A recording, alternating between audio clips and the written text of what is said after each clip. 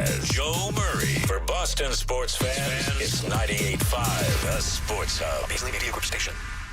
Essential Sports Hub headline presented by Celsius Energy Drinks. After a night off, both the Bruins and Celtics will get back to work tonight in different states. The Bruins have the home game. It's against old buddy Jim Montgomery and the St. Louis Blues. Ryan Johnston and Bob Beers have the pregame at 6:30 and the face-off at 7 here on 98.5 The Sports Hub. The Blues are second to last in the Central Division.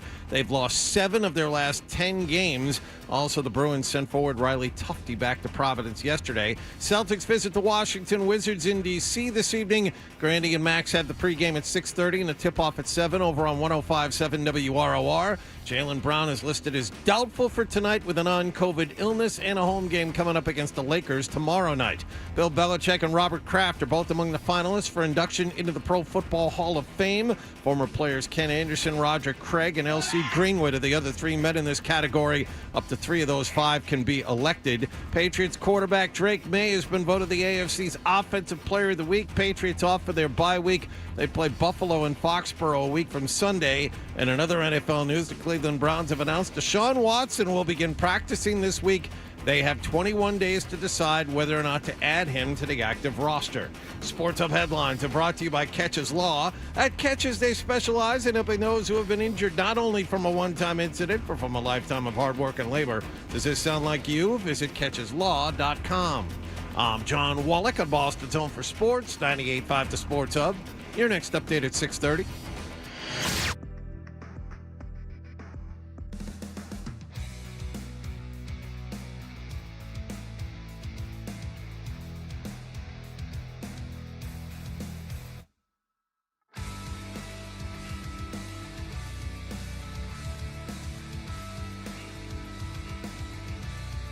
Don't bother me. I'm at the Pickle Palace. On 98.5. I know what I'm capable of. He said something about peanut butter, right? Yeah, boning, baby. Make America nut again. That's gross. That's disgusting. Let's talk about cheese. What are you going to have for lunch? I was at dinner with my wife and a friend. Kitty, kitty, pussy, kitty, kitty, kitty. Flap, flap, flap. Shut up, I'm trying to talk to Paul. Toucher and Hardy. Good luck trying to put your finger in it when there's a million holes. On 98.5 The Sports Hub. Let's go. Yes. Zoe was blamed, but it was Nick who did it. Oh, my bad. I was defending my guy. It ultimately was Nick's fault. Yeah.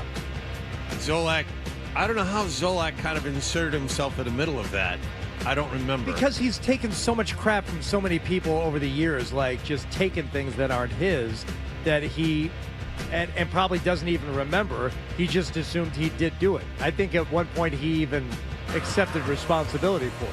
Even though he wasn't sure if he did it or not? Because he probably had at some point, well, he certainly had at some point before.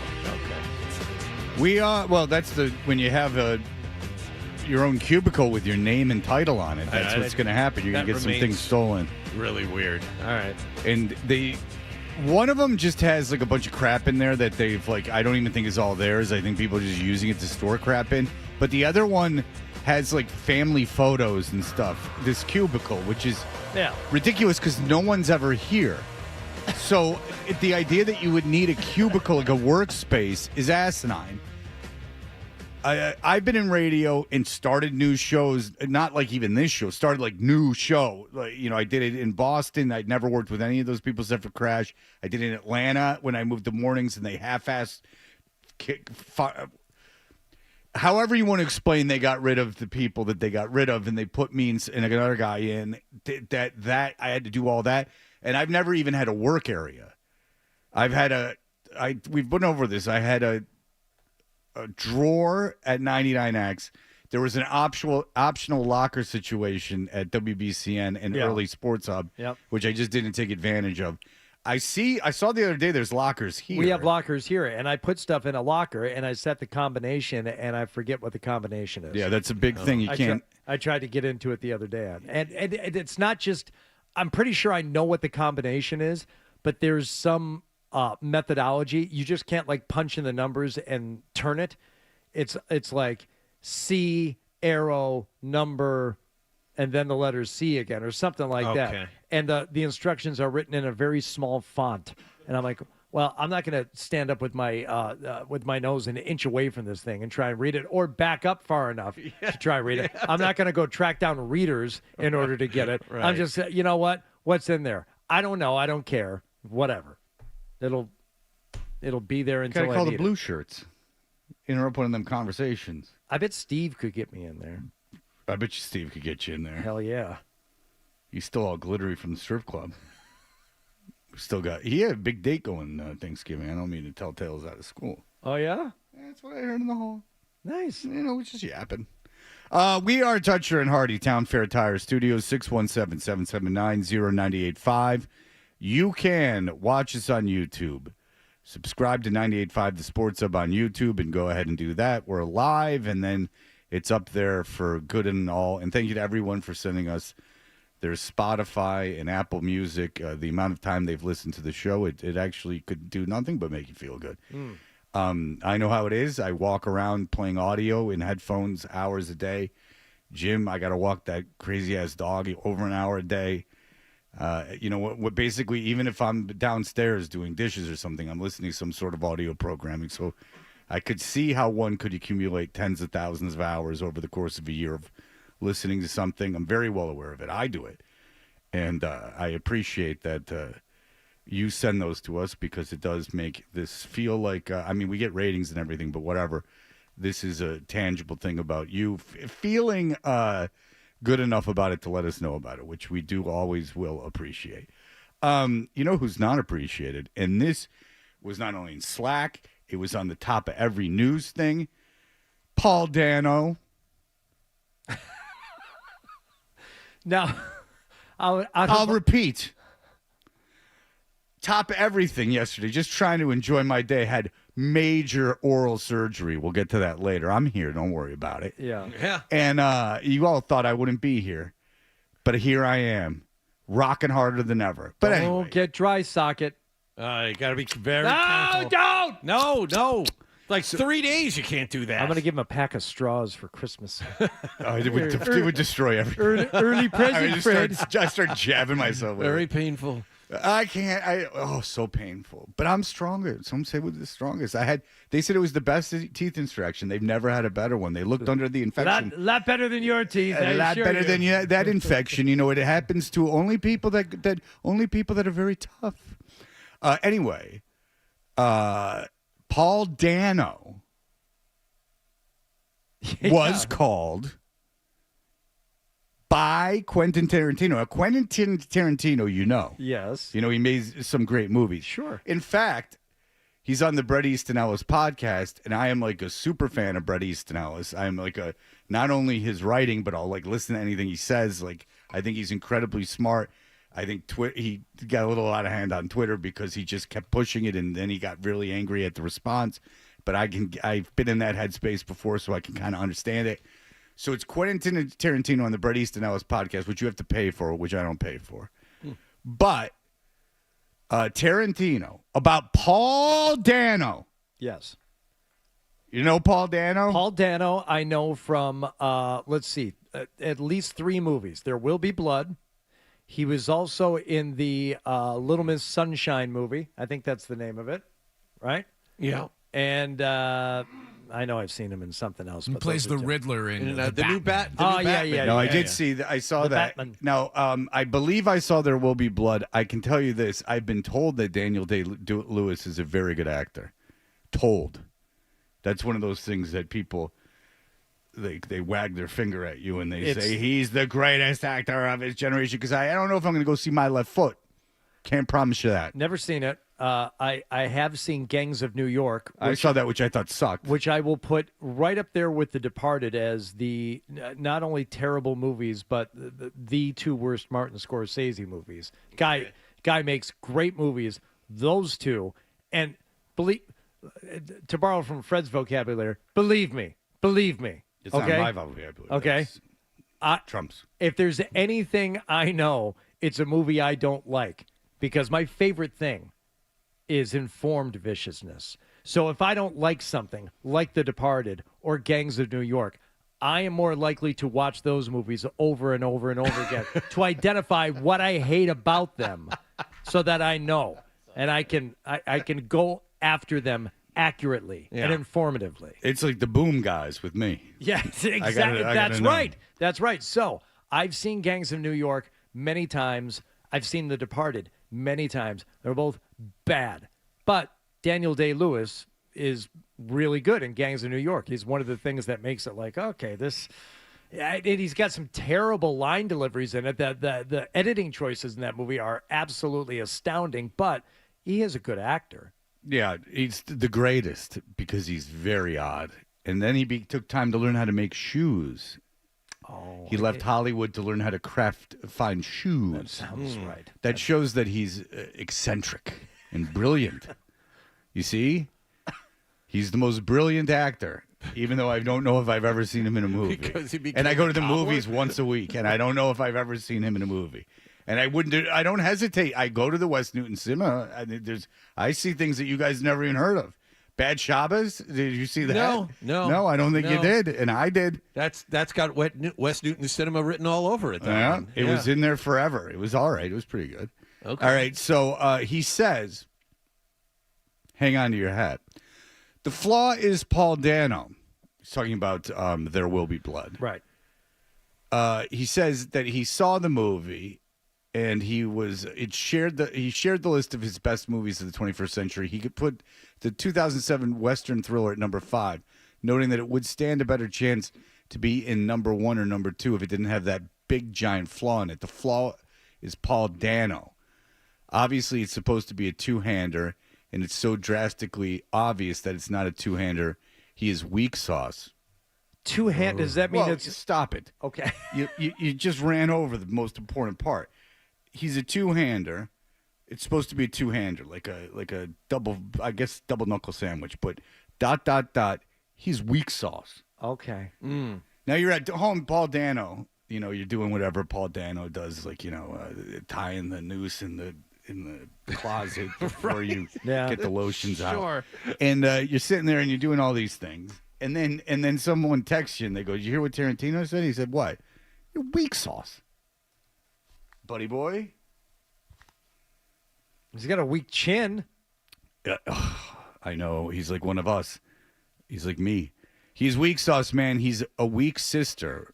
Well, Jack Hay then now had to comment as being a strong sister in defense of Paul Dano. I know what else I've seen him in. Looper. That's a pretty good movie. Ever seen Looper? Is it about golf? No. You can see why I would say that. Yeah. He's a jock. He's a pro jock. It's called Looper. Yeah. No, the Looper is the Bruce Willis movie where they're time-traveling hitmen. Oh, is that where he has to put a hit out on himself or something as a youngster? Something like that? In order to close the loop Yeah. in the future, these hitmen are sent back to be killed by themselves, and that closes your loop. Emily Blunt, she in that one?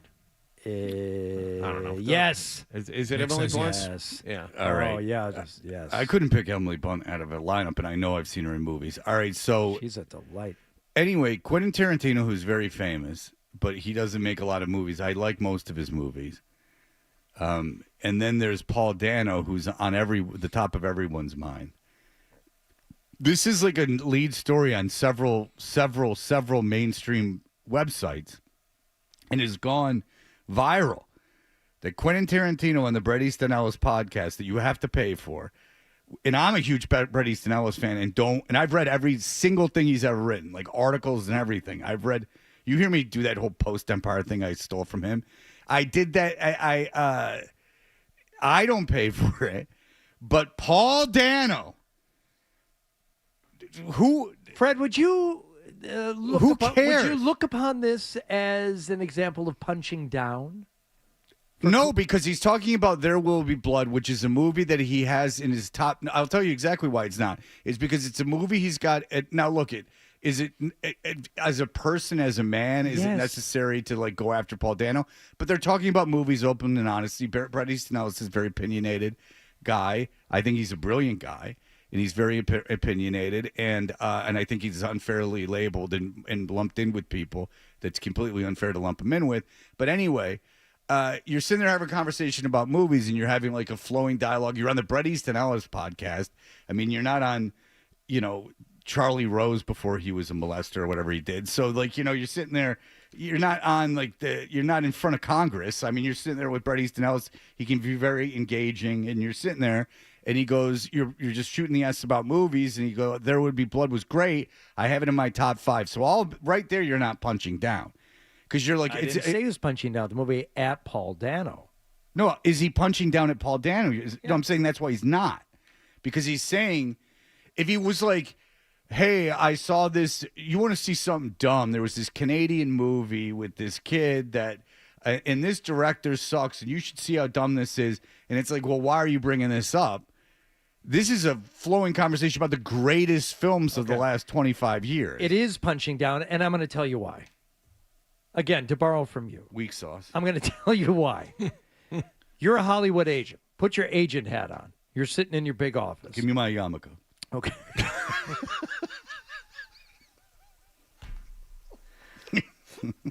Bring, bring. Hello. Mr. Toucher, Yeah. he's not on your appointment book, but Quentin Tarantino is here to see you and would like to take a meeting with you. Will you Is see he? him? Does he have any? Are the women have their feet covered? Does he seem to be on cocaine? Yes. Okay, then no, I will not take that meeting. All right. But you considered it. I All right, let's considered try it. this again. Bling, bling. Mr. Toucher, Yeah. Paul Dano is here. He's not on the appointment book, but he says he'd like to see you. Will you see him? Your husband's still sick? Hey, how's your cat? Yeah. You locked the door this morning? Quentin Tarantino is a little bigger player in Hollywood than Paul Dano. Yeah, but that's. I mean, you got to be allowed to, if asked and put in position of the greatest films of the quarter century. And there's a kid who starred in one of them. You have to be able to speak openly and honestly about it. You can't. The world would be a very uninteresting place if people just pulled punches all the time. But he went after him, man. Well, that's what I kind after of thought was interesting about it becoming a big deal. And the only reason I brought it up is that, again, very few people there. I mean, I'm not like on his Reddit page or like sending letters to him, but I've interviewed Bret Easton Ellis before, and I've read everything that he's written to my knowledge. The fake article he did for Rolling Stone with Judd Nelson, where they pretended like places were good in Los Angeles and weren't. Oh yeah. I've read all his books. I've read The Shards, which was 600 pages long. I read White, which is his nonfiction essay book. I've read everything. So, I've listened to Once Upon a Time at Bennington College. I've done it all, but even I don't pay for the Bret Easton Ellis podcast. So the Quentin Tarantino, the Once Upon a Time in Hollywood has been on a lot lately, like on FX. For whatever reason, they're showing it on like regular cable. And did you see it, Fred? Once Upon a Time in Hollywood? Brad Pitt. Yeah, it took me like 8 tries to get through. Yeah, because and I was talking to my son about it, and he's like, "What's this about?" I said, "It's not so much the story; it's like a snapshot. It's just kind of like this, series of vignettes about Hollywood." And I do find it interesting to watch. But Quentin Tarantino is so weird about the frickin' feet, and now he's leaned into it to the point where there's the scene of what's her name, the really, really hot girl. Yeah, she's in the movie theater. From Barbie. Yeah. Yes. She's watching herself in a movie called The Wrecking Crew. Right. She plays Sharon Tate. Right. And she's in the movie theater, and she's taken her shoes off so that her bare feet are kicked up on the seat in front of her, and the bottoms of her feet are filthy, number one, which is part of the thing, I guess, for Quentin Tarantino. Okay. Obviously, it's not just to have feet, they have to be a little dirty on the bottoms of them. You don't know. But her feet are just like sticking up toward the camera. And then there's another scene when Brad Pitt picks up the hippie hitchhiker and she puts her feet up on the windshield of the car. Yeah, he's doing it on purpose now. Now he's doing it on purpose. Because when he did it with Selma Hayek, that was the best. Because no one really knew about it, and he just goes plop them right there. Yeah, Dust Till Dawn. That's right. Plop them up as high as they'll go. He's like, because I am spinning it, do this. But then again, he went on not Wendy Williams, the model, Tyra Banks' show, and she just she just put her feet on his lap as soon as he got out, which I thought was one of the great moments in talk show history, non-ironically. Bill, go ahead. You got to check out Gary Oldman in True Romance. Terrible. Well, it also is the movie where Christopher Walken delivers Anthony Cumia's most hated movie line about Italians. True. Yes, Anthony Cumia does not care for that because it Referenced lumps him in multiple for times in the a Chip group of Jefferson people. podcast. It loops him in with a group of people he's no fan of. Yes, indeed. The Christopher Walken speech is one of that he gets talked to by Dennis Hopper is one of the great scenes. And then, Walken kills him. Did you think Gary Oldman was good in True Romance? I thought it was a good character representation. I don't know what he was going. It was awful big. Gary Oldman is an unbelievable actor. Like there's a great movie called The Contender with Joan Allen and Jeff Bridges. Jeff Bridges, and everybody, Big Lebowski, he's great. No. Go back and watch Jeff Bridges in The Contender when he is equally believable as the President of the United States. Before he went just like full Lebowski in most of his roles. Mm-hmm. That guy's a great actor, but Gary Oldman plays a senator in that. He's almost unrecognizable, and he's perfect. Well, he's Sid Nancy, which was a great role, too. Leon the Professional, I mean. One more thing about Quentin Tarantino, and I hold on to this bit of information when I'm doing Lithium on the weekends. I'm going to play Fiona Apple. You should do it during the week, too. She has the best quote about it because she used to be with Paul Thomas Anderson. And she said, she was given an interview, and she said she quit doing cocaine because essentially she was subjected to being in a private screening theater one night with, she didn't say their name. She said the initials. She said, anyone who's trying to quit cocaine should be forced into a private theater with QT and PTA. And they will never want to touch coke again. So apparently one night she is hanging out with Paul Thomas Anderson. Quentin comes over. They get all coked up and start showing each other's movies to each other in this private theater with just the three of them one night. And apparently that was her bottom. That was like, I can never, ever, ever be around this drug again because it does this to people. Oh, boy. Yeah, I heard about that too. Yeah, I can imagine that he's quite. Norm Macdonald doing Quentin Tarantino, as Ryan put into our Slack. It's good to know someone Ryan's age can appreciate the great Norm Macdonald, one of the 5 funniest human beings of all time, doing Quentin Tarantino. Yeah. It is fantastic. All right, we'll be back in just a moment. We'll catch you up with everything that happened last night, including a lot of stuff. You're listening to Toucher and Hook.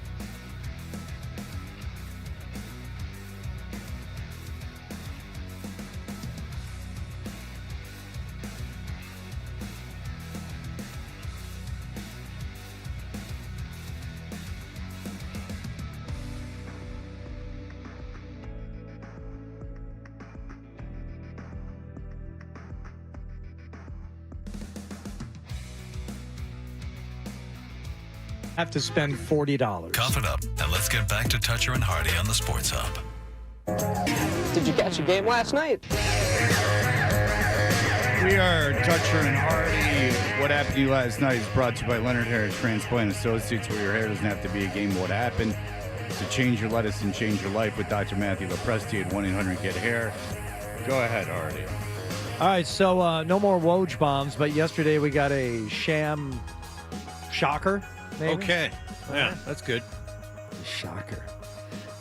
Sham Charania dropping this bit of news from Milwaukee. Sources tell me that Giannis Antetokounmpo and his agent Alex Saratas have started open conversations that are active right now with the Milwaukee Bucks about the realities of whether his future is best staying in Milwaukee or the realities of moving on elsewhere. And my understanding is a resolution to this and whether this could lead to a trade request is expected in the coming weeks. This old gag. You know what's interesting about this, though, is that I guess Giannis was like okay with staying, and then they extended Lillard and who'd they bring in, John? Miles Turner. And they brought in Miles Turner, and he went, "What are you doing?" And he was like, "What's going on here?" And that made him more aggressive to leave. John, those two moves, which you would think would keep him around, because they were obviously trying to extend the window, right? And you bring in Lillard. You bring in Lillard. You're like, okay, the time is absolutely now. This is it. The next 2 or 3 years, this is it. And then Lillard tore his Achilles, and they got rid of him. So, and as you would try and do with a 34, 35-year-old guy coming off a torn Achilles. But if I'm Giannis, I'm like, hey, I did you a solid. I didn't have to re-sign with you, but I did. And now he's 30. You figure he's got some miles on him now. You figure what's his window? 3, 4, 5 years most, right? So if I'm Giannis, I'm like, all right, I want an opportunity to win in these next 3, 4, 5 years while I'm still at the height of my powers.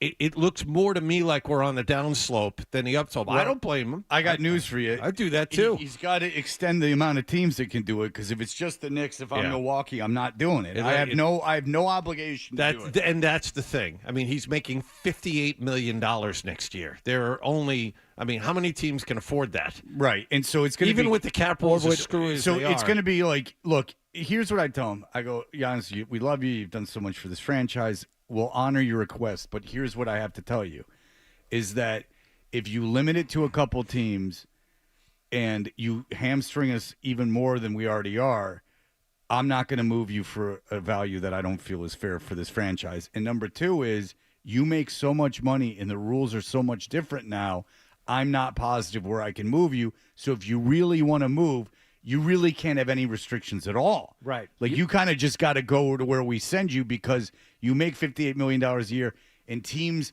good teams generally, can't handle that contract. And we're not going to take a bunch of horrible contracts back, and hamstring us out with worse players now. And that's going to be a deal breaker for Giannis, because obviously he doesn't just want to move. I don't think he wants out of Milwaukee as much as he probably.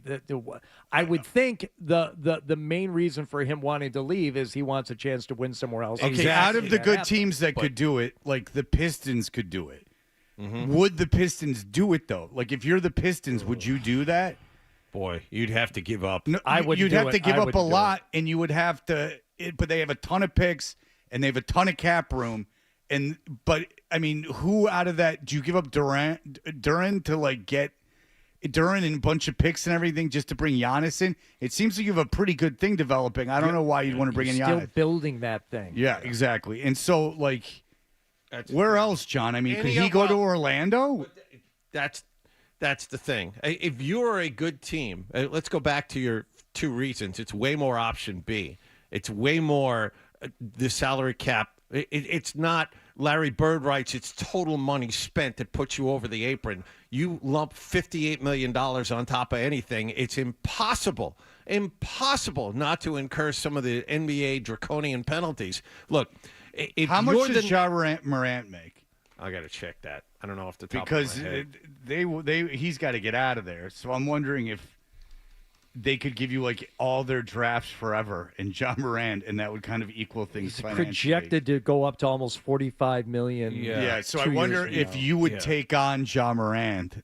Yeah, it's 5 years, $197 million. It's about and 40 he's got 2 more years after this one at 42 and 45. So if you got to take some with this cap, you have to be able to take some salary back. Correct? Yes, like a lot. You have to take a lot back. A lot of salary. So- And if it's more the Detroit Pistons problem too. If you are a good team, can you afford to give away 2 or 3 of your core players on top? Well, of that's what I'm picks for saying. One guy, regardless of how good he is, and how old he is, and how unhealthy he can be. And that's the thing is that like, do I give up? Because you're not going to obviously give up Cunningham, but am I going to give up Duran and like these You're other going to guys? have to give that up are- just about anybody else. Yeah, and that if I'm never Milwaukee, works. I'm like, fine, you give me 5 picks, but those picks are going to be at the end of the first round. How valuable are they? Yeah, until everyone gets hurt and they lose. You know, this is a team that's 2 years away from almost setting an NBA record for losses. Whoever has, whoever wants to make a deal to get Giannis, do they have to take his not one but 2 brothers with him? I would imagine that's part of it. His 33-year-old brother's making over $2 million a year, and Alex. Don't forget about Alex, the young one. Did you see the best shot? And I know we'll get to it, but let's just jump into it right now. Giannis got hurt last night. He has a calf strain. You have it there? Yes, we have it right here. So this okay. So Shams drops that yesterday, and what the hell just happened to it? All right, so last night the Bucks are playing, and this takes place. Here we go. Bucks only points, a couple of free throws here from Giannis. No field goals yet. Giannis dancing in the mid-range, finding a cutting A.J. Green. Giannis is down, Lisa. Doesn't look good. Does not look good. He went down and immediately summoned for the trainer. He was grabbing up that right leg initially, it looked like. Shaking his head. Yeah, that was non-contact. He was just running and then went down. It's like Porzingis. He was just running and went down, but he bent his knee, so it wasn't like an ACL or an Achilles, I don't think. They called it a calf strain afterwards, but that's going to keep him out a little bit. But what I wanted to get to was, if you saw the video, did you see they flashed immediately over to one of his brothers on the sideline? And his brother had that look of dread like, oh, my God, my meal ticket. Now what? Now what am I going to do?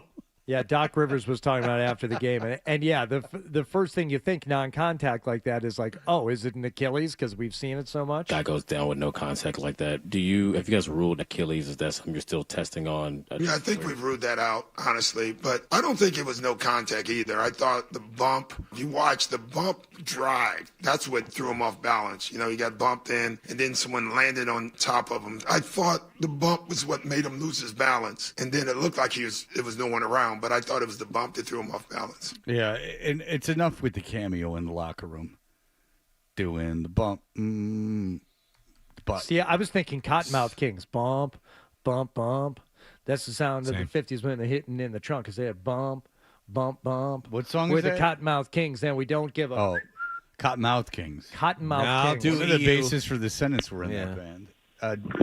Blind Scott, we were talking about Daniel Day-Lewis earlier. What do you guys say about Daniel Day-Lewis? Yeah, so Daniel Day-Lewis lived in the North End, and he made shoes. I was actually singing that Cottonmouth King song at the same time as Hardy. So he lived in the North End. He was trying to get into the role, and I was having coffee every morning. He used to interact with me, ask me like how I made my harness for my dog. His girlfriend was there. There was another guy that lived in the North End. There's an article on it. It's called "Don't Steal the Cannoli." My neighbor, he actually mimicked Daniel Day-Lewis so much that the two of them drank every night. He copied Daniel Day-Lewis's image, and he was the North End shooter who rode the bike down the street. You know what I mean? Oh. Yeah. So Daniel Day-Lewis influenced the North End very heavily when he was here. Everybody in the North End was walking around. Even Nick's dad? Blind Scott, why won't Nick's dad? Why are they so estranged? Well, it's not that they're estranged. In the North End, there's little battles, like little street corners. Like the people on the corner of Hanover and Parmenter don't necessarily like the people at the end of Hanover Street on Bath. But where does Nick's dad live? I'm guessing he probably lives on the waterfront. He's probably like one of those money guys, you know? Oh, I can assure you that's not true. Oh, yeah. Well, I can't figure out where he lives in the North End. I tried to work on that. You got to figure that out because we're all trying to figure there's it so out. many people named Mark, though, but I could probably find it on Google. But I got to be really good to Nick because Nick is the one who controls whether I get on air or not. Yeah. He controls everything. He's also the one who bans everyone from YouTube. I think the one thing those people deserve it, man. They're all right. I think the one thing we can take away from that phone call is that Hardy and Blind Scott were thinking alike. Yeah. God, I want to hear some Cottonmouth Kings. 12. What? Thank you. There was a time of our lifetime where you just had to say, I like smoking weed. It's a misdemeanor, but here I am liking smoking it. And So Cottonmouth Kings, they had a guy on stage, and all he did was smoke weed. Pakalika. Yeah, and he would he did like robot dancing, and he just brought the blunt up to his mouth and would smoke it and turn, and he wore ski goggles. Yeah, was he super tall or was he like on Super some tall, sort of stilts? 'Cause he was super tall, yeah. Super skinny. And I'll tell you something that I don't, this isn't ironically, I used to like this about Cottonmouth Kings. Their drummer had his kit was built like an old school three-wheeler bicycle. You know, like you'll see the guys. right, it's their Latino culture, right? All of them, and it would bounce, and it kind of had springs to it. So he would be back there, and he'd be bouncing up and down on the throne. But it was all decked out like a bicycle. It was a fun show. Yeah. Edgefest 2000, Hardy, Tingley Coliseum. Oh God, you know that had to have been a really small market. Yeah. Oh yeah, 72. Yeah, that was Albuquerque, 72. Yeah, because if you guys were at Cottonmouth King shows, you were in a small ass market. They were like the third to last band. So that's they're like a draw for Albuquerque. That's like radio shows out now. Yeah. They're all like, oh yeah, remember this band? The last Edge Fest I did in Albuquerque, the headliner was Insane Clown Posse. Yeah, you told us about that. Yeah, Yeah. that's a small market right there. We had Funk Junkies, I think, on that bill. That was another Southwest, kind of like a Cottonmouth Kings type. Were Infectious Grooves, Mike Muir's project from Suicidal Tendencies, on that? All right. Well, very good. I'm sure you have fond memories of Albuquerque, but I'm you're pretty glad you're gone. If you look on a map and you look at New Mexico, you're just like, why is this here? There is nothing for hours in any direction other than Santa Fe. You drive an hour north, Santa Fe is great. Yeah. That's a great hang. But to get to Denver, what is it, 5 more hours north Oh, yeah, of Santa because Denver's 7, from Albuquerque to Denver's about 7 hours. Yeah.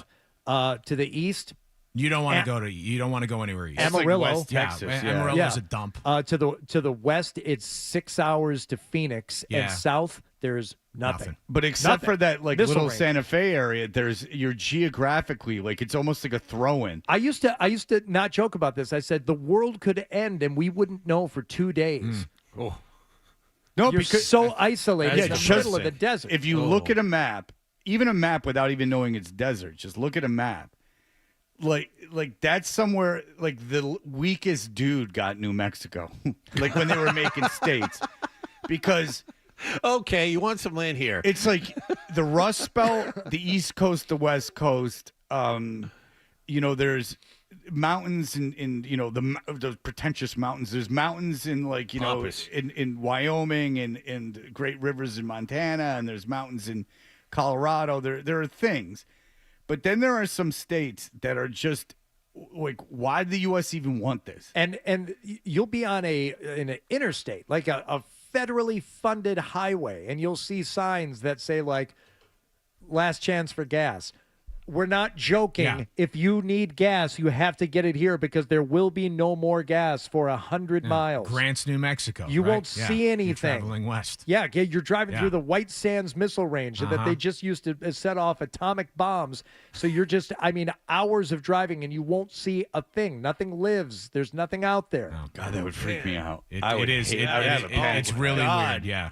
Yeah, more than weird, I'd lose my mind. I would not like that. Even if you're in civilization, just the knowledge of what's around you would drive me crazy. Well, just 100 miles without getting gas. Like, so if I break down, it could conceivably take 4 hours for someone to come in, help me. No, it's just a mind F of being isolated like that. No one's coming to help you. There's no. So people just die out there. No one's coming to help. So 100 miles. I take it that takes some time to walk, even if you're a very fast walker. So you basically just dying or losing control of your mind. All right, we'll be back in just a moment. Sports Hub headlines presented by Celsius Energy Drinks. Bruins will welcome back former head coach Jim Montgomery to TD Garden tonight as they play the St. Louis Blues. Ryan Johnston and Bob Beers have the pregame at 6:30 and face off at 7 here on 98.5 The Sports Hub. Bradley Tufte sent back to Providence yesterday. Celtics visit the Washington Wizards tonight. Jaylen Brown doubtful with a non-COVID illness. Grandy and Max have the pregame at 6:30 and the tip-off at 7 over on 105.7 WROR. Bill Belichick and Robert Kraft are both among the finalists for induction into the Pro Football Hall of Fame this coming February. And Patriots quarterback Drake May yesterday voted the AFC's Offensive Player of the Week. Patriots off for their bye week. Their next game isn't until a week from Sunday at home against Buffalo. Sports Hub headlines are brought to you by IBEW 103 and Nika Electrical Contractors. IBEW 103 celebrating 125 years of power in Greater Boston. To find a qualified contractor for your next electrical, telecom, or security project today, visit thepowerprofessionals.org. I'm John Wallach on Boston's Home for Sports, 98.5 The Sports Hub. Your next update at 7 o'clock. You're listening to Toucher and Hardy on the Sports Hub. Holiday shopping made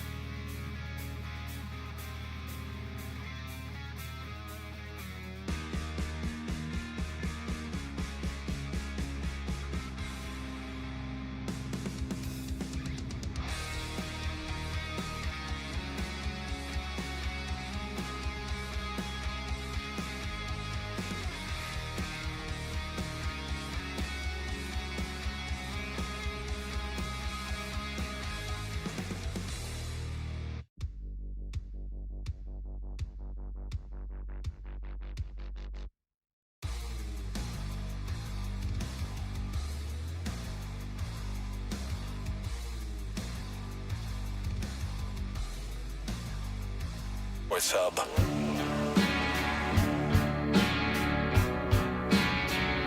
Oh, yeah. We are Toucher and Hardy. Hardy, what else is going on? Well, we started with Shams Charania reporting that maybe Giannis and his camp are poking around and asking about a trade because they don't know if he wants to be there. Meanwhile, Shams reporting on another team that said, oh, we don't want you here. The sources told me that Chris Paul and his leadership style just simply clashed with the Clippers from a management level, coaching staff level with Ty Lue, players level even. And the tipping point really came with how Chris Paul has been throughout his career. Vocal with players, with coaches, with the front office. And the Clippers didn't know any of this. So this all came as a completely shock. blindsided them. This came as a shock to them? Well, he just got in the league. Well, he has such a tough coach. Yeah, right. Ty Lue is like I can't even think of puppet. How's that? LeBron ran Cleveland when he was there. No, and then the players forced Doc Rivers out. Kawhi and Paul George forced Doc Rivers out. Wouldn't play for him. They brought in Ty Lue. Perfect. James Harden went there because James Harden knew he wouldn't get any pushback.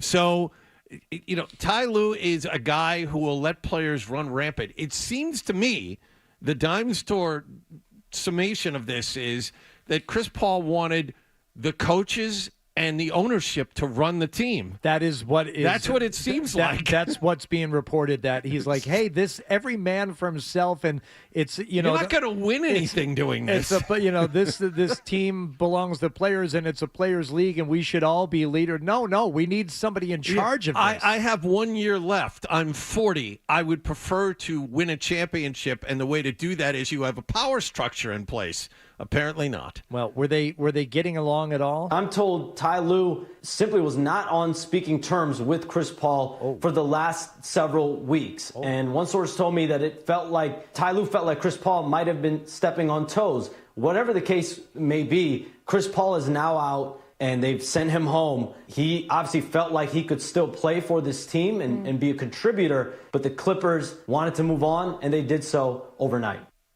So there it is. Chris Paul has left the team. Meanwhile, Lane Kiffin left his team at Ole Miss, and the Ole Miss athletic director is now pushing back on some of the things Lane Kiffin has been saying. Yeah, there's been a lot of things he said publicly that I'm not sure are totally accurate. I think that both coach and his representation knew, several weeks ago that the coaching in the playoffs was not going to be an option if he was not the Ole Miss head coach.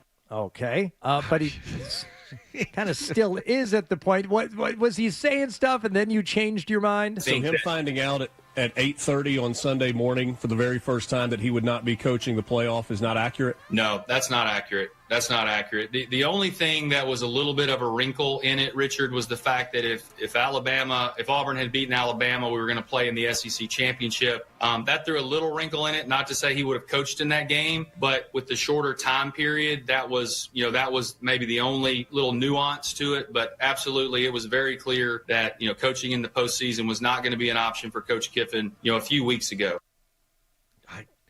There are so many. Apparently, people are willing to pay any amount of money to bring this kid in, bring this guy in. LSU still owns Brian Kelly over $50 million, right. And they're going to pay him that to not coach that team, and they're going to pay Kiffin, however, it's another $70 million. I get that he is a good head coach. Ole Miss hasn't been good in half a century, and here they are, one of the best 12 teams in the country. But is it really worth $100 million to bring this guy in? Why do they still have to pay Kiffin? It's just funny to me, too. Because why do they still have to pay Kiffin? No, I'm saying LSU is paying Kiffin on top of paying Kelly. Dude, LSU used to be a flyover team. I mean, Saban coached at LSU. Saban coached at Michigan State, then went to LSU, then went to Alabama. Like or did he go to Miami out of LSU? I think he went to Miami after LSU. But it's like I just don't understand why he didn't stay at Tennessee. Like I just don't understand why he didn't stay at Tennessee. That doesn't make any sense to me. Is one head coach worth all of this? Really? Yes, because they're under an unbelievable amount of pressure to win. I mean, they invested a ton of money in. Look at, I mean, even a school like Michigan State, who was in the college football playoff, but is not an elite, like a blue blood program. I mean, they can't even find a guy that can't break the law. Then they hire some nerd, and they got to fire him in 2 years. Look, he said he was a little out of line. Look, BC had to get rid of Burge. Yeah. Well, by reports, he was making his own laws. Yeah, apparently. He was the law. Apparently. But, I mean, you know, who would have thought Bill O'Brien, there'd be, like, he's hanging on by the skin of his teeth. I mean, and then they had to commit to, BC had to commit to going to the floor or the whatever every other team in the ACC was spending. They've now agreed to spend, which I guess they hadn't before. Pushing to the. I read that letter from the athletic director too, and they committed to Bill O'Brien. They're gonna push all the spending to the maximum allowed, whatever that is. But you weren't doing that before. No, they weren't doing that before. And you're in the ACC, and you weren't. And where were you investing that money? Look, my understanding is the outgoing president and the incoming president of the university see athletics very differently. The new guy, when he comes in next summer, will apparently champion the athletics cause a lot more than the outgoing guy. No, and I can see not wanting to go crazy with the athletics, but like you are in the ACC. Yeah. Like you are. They're happy to take the money that being in the ACC brings yeah, them. I mean, and you're just going to be a punching bag unless you at least invest something into it. It's been that way for a long time. Well, there's no excuse for that basketball team not to be good. Of course not. But I mean, you and I both realize it's been that way for a long time. Look around the NBA and major college basketball and see how many guys are from the New England area. By the way, one of the guys on Michigan State's from New Hampshire. That Michigan State got some kid from New Hampshire. He's not on the team anymore, but he was a 5-star from New Hampshire that they got like 3 years ago. How the hell is Michigan State getting? You can't keep one in New England kid to go to BC. Nope. And you really only need 2 or 3 like really good ones, and then you can kind of develop depth of your program and keep kids around. I can't remember.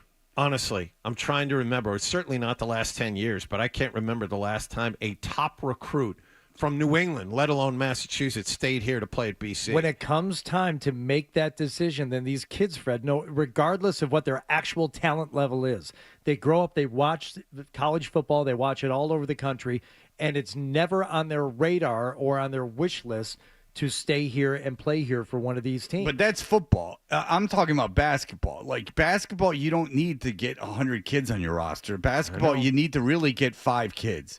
And 3 of them don't have to be great. Yep. Like if you keep an AJ DeBonza here, it's not like you have to get a lot around them. I mean, I'm talking about to be competitive. They're not going to win the ACC with just one kid. But I'm talking about like to get a competitive program with like if you can keep kids, other like core kids in the program for a while, then you have a chance to make the tournament. Like that's all you're really going for. I mean, you don't want to be Rutgers and get 2 stars and have a losing record like they did last year. All right. We'll be back in just a moment. Humiliation was on the menu for yours truly yesterday. Oh. Yes. Oh. Yeah. Did you drink too much water? Not water. Uh-oh. Uh-oh. No. Oh, no.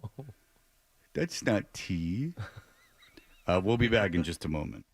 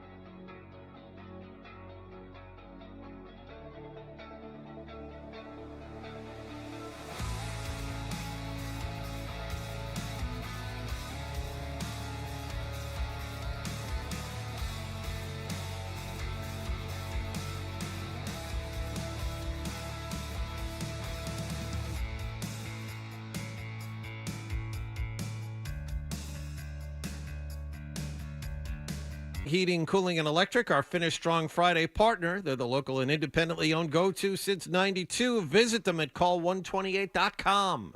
From the Telfair Tire Studios, WBZ FM and HD1. It's not just the games. It's Toucher and Hardy, Zolak and Bertrand, Felger and Maz, Joe Murray. For Boston sports fans, it's 98.5, the Sports Hub. Beasley Media Group Station. Essential Sports Hub headline presented by Celsius Energy Drinks. Bruins will face their former head coach for the very first time tonight when they welcome St. Louis to TD Garden. Jim Montgomery was fired as the head coach here almost 13 months ago, was hired by St. Louis shortly after that. He'll be back in Boston this evening. Ryan Johnston and Bob Beers have the pregame at 6:30 and the face-off at 7 here on 98.5 The Sports Hub. Riley Tufte sent to Providence yesterday. Celtics visit the Washington Wizards tonight. Grandy and Max have the pregame at 6:30 and the tip-off at 7 over on 105.7 WROR. Jaylen Brown is listed as doubtful with a non-COVID illness. Bill Belichick and Robert Kraft are among the finalists for induction into the Pro Football Hall of Fame this year. Former players Ken Anderson, Roger Craig, and L.C. Greenwood are the other three men in this category, and up to 3 of those 5 guys can be elected. Patriots quarterback Drake May was voted the AFC's Offensive Player of the Week yesterday. And in other NFL news, the Cleveland Browns have announced Deshaun Watson will begin practicing this week. They have 3 weeks to decide whether or not to add him to the active roster. Sports Hub headlines are brought to you by the 99 Restaurants. Celebrate the season at the Nines with delicious holiday menu specials like the creamy lobster carbonara or the baked stuffed shrimp and lobster combo. You gotta love the Nines. I'm John Wallach on Boston's Home for Sports, 98.5 The Sports Hub. Your next update at 7:30. Here's Pasternak, high swap. Right circle to Saka. Sends one across. McAvoy shot, and he scores! The Bruins play here. Toucher and Hardy. Such an fantastic explosion. Toucher and Hardy, you can watch us on YouTube if you would like to do so, and that's up there forever. So, this week has been one of great medical achievements. I had my physical on Tuesday, where everything was tip-top. Do you have an MRI? Will you release the results?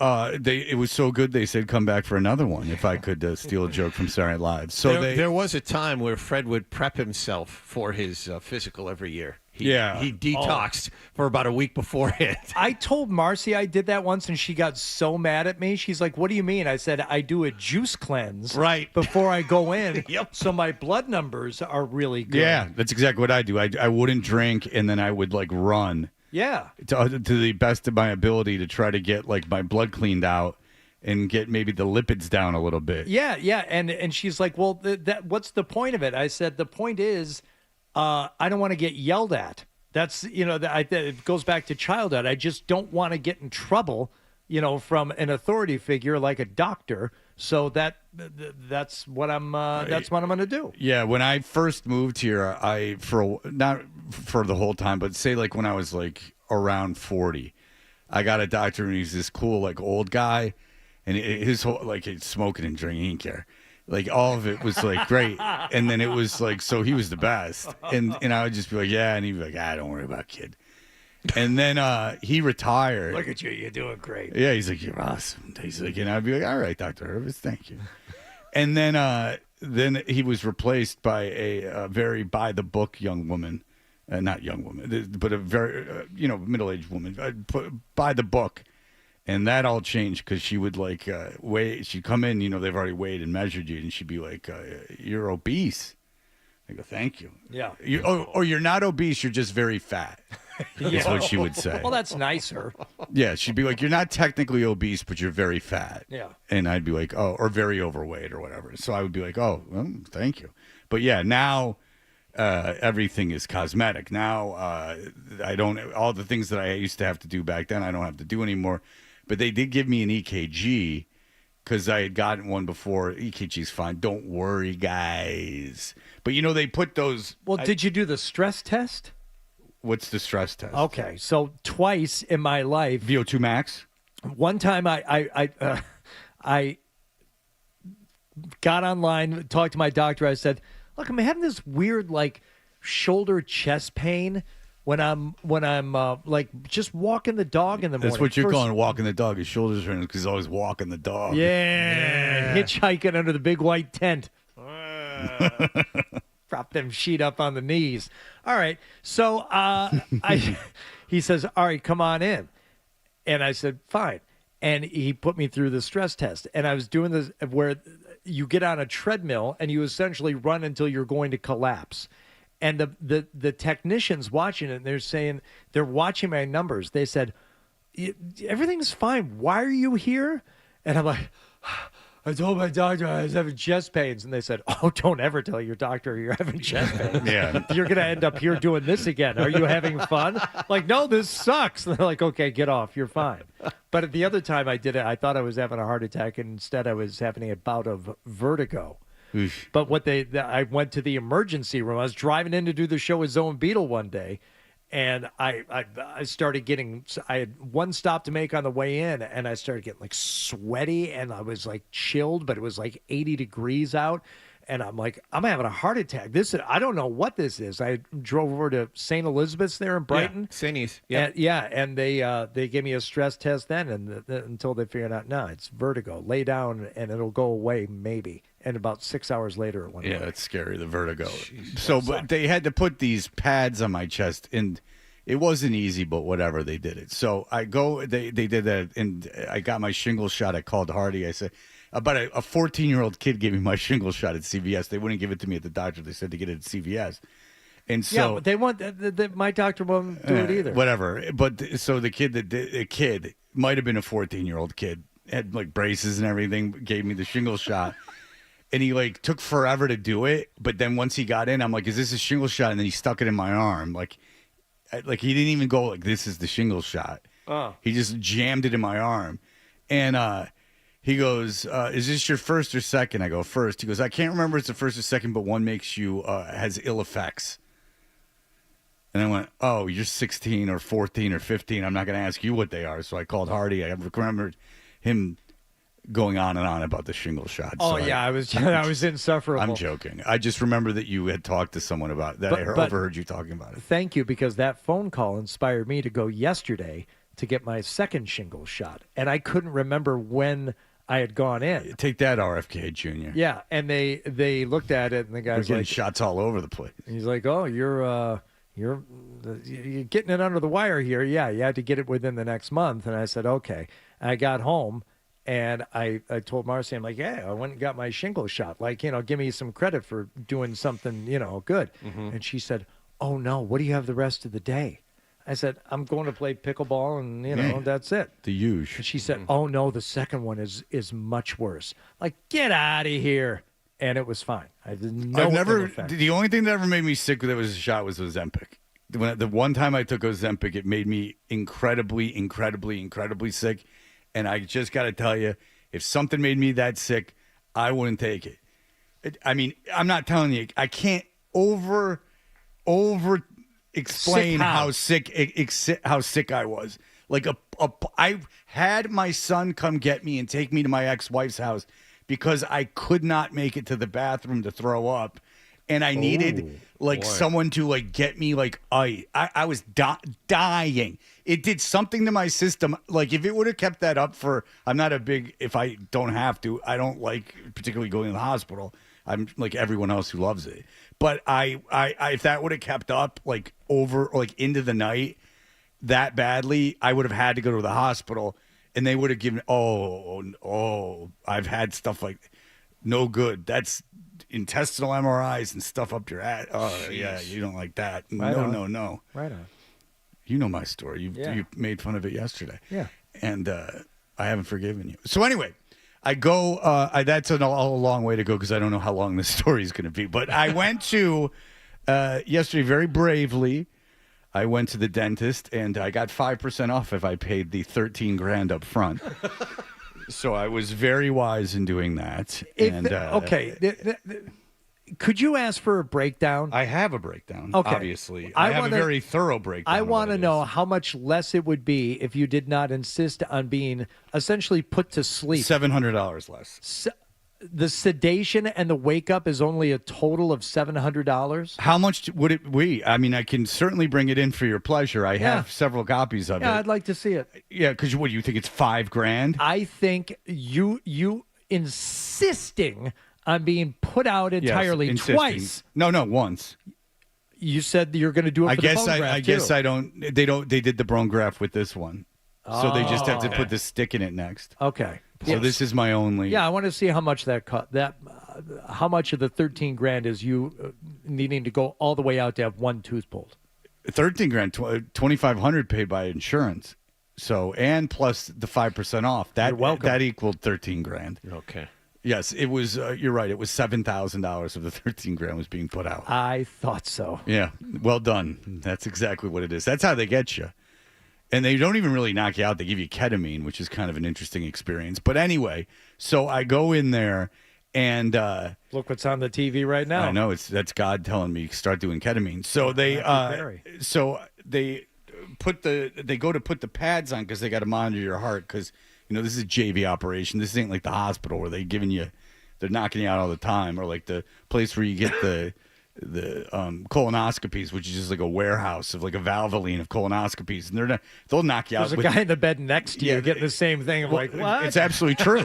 You're gonna wipe the tube off? The anesthesiologist is knocking two guys out at a time. It's like a garage Like door. the anesthesiologist is like he's going through his legs, knocking people out. Like he's double-handing it. Colonoscopy is like a 3-bay oil change place. It's like a cheap porn. He's just different guys He's sticking it in everything. Around.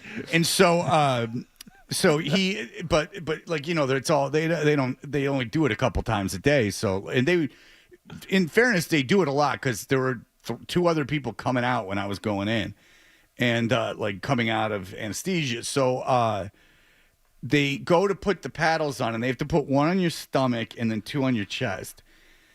And immediately the woman's annoyed, and she's like, oh yeah, I'm like hairy, like so it's gonna be hard. And she's like, yeah. She's nice, but she's like, yeah. And then she's like, and then she keeps staring up at this monitor. And so she'll put the stickers on. She'll go, I'm so sorry. And by the way, they have tube in my nose on a nitrous tank, but no nitrous is being pumped through it, just oxygen. And I'm like, if you're going to just keep ripping stuff off me, maybe like knock a little nitrous in here. Yeah, give me a little gas. Yeah, but I didn't want to be rude. Or how about before you put you got nitrous right there. It's in my nose. Just give it to me while you're trying to jam in the IV. Like, you can't even ask. We got a drug seeker in here. Yeah, exactly. You can't get into that. And I didn't want it bad enough, but it doesn't really do a lot anyway when it's mixed like that. And so so she had to keep ripping the things off. Yeah. So it's like getting a wax. And so I'm like, oh God. And then she's like, oh, can't you just shave it? And I go, yeah, shave it. And she goes, no, you shave it. Oh. Can you go in the bathroom and shave yourself? Oh, my God. The bathroom at the oral surgeon office? At the dentist office, yeah. Can you, like, there's an oral surgeon part of it, but yeah, can you go, the code is 329. I didn't bring my shaving kit with me, ma'am. No, and so she hands me these two plastic razors that have one blade. Oh, yeah. On both sides. Chic disposable. You've never seen one like this. This is one like your dad used, like when you were 2. Like this would have like you'd have if you would hold it and have some like memory that you never had before. I mean, they don't make these anymore. And then I'm like, well, I'm gonna need could you give me scissors? Because like I'm not shaving my face. I'm like cutting a beard basically. Right. Can you like give me scissors? So she's like, yeah, and she gives me these scissors, but they're the dentist scissors with like the tiny curled blade. Right. So they're of no use to me. It's like asking a Wookiee to go in and shave his chest. It's like, this is a process. I gotta get through a couple of For my layers. chest, it's absolutely like asking a Wookiee to shave its chest. And so, by the way, bathroom not in the office. No. Where's the bathroom? Oh, it's shared. So you got to bop on down in front of all the ladies in the hall and everything. They're holding getting two facelifts. razors. Yeah, holding 2 razors and a pair of medical scissors. Shared bathroom. There's someone in there getting a chemical peel. And there's no one in. It's a 1-person bathroom that you have to lock. And so a lot of fun when people are banging on it. I'm like, what do you want me to do? Right. So I just sit in there. And you'll see. Oh. It's harder to see Yeah, here. no, I see it. I had to shave here, here. Looks like you're wearing a and here. tank top. Well, this is white because I have a Superman almost. Yeah. It's my elderly superpower. It goes down into that, but okay. So yeah. I do keep my back shaved. Right. There's stuff flying off of it right now. Oh, yeah. I do keep my back shaved, but I refuse to do the front. And as I made a post on my Instagram account, because I'm like, this is so embarrassing, I'm just going to share it now. Yeah. And rip the Band-Aid off, as it were, as I had ripped many. And then, by the way, I came home and those things were still stuck on me. So I still had the EKG thing stuck on me. Why don't they take them off? Oh, at least they don't take them off for you either. Because I was like, because I went home and I like kind of took a nap. And then I woke up and I'm like, and then like hours later, like I'm changing my shirt. And I'm like, I still got this crap on. And my son's like, what'd they do to you? And then I had to guess if I wanted to F with them or not. But then, indeed, I shaved, and they were able to put those on.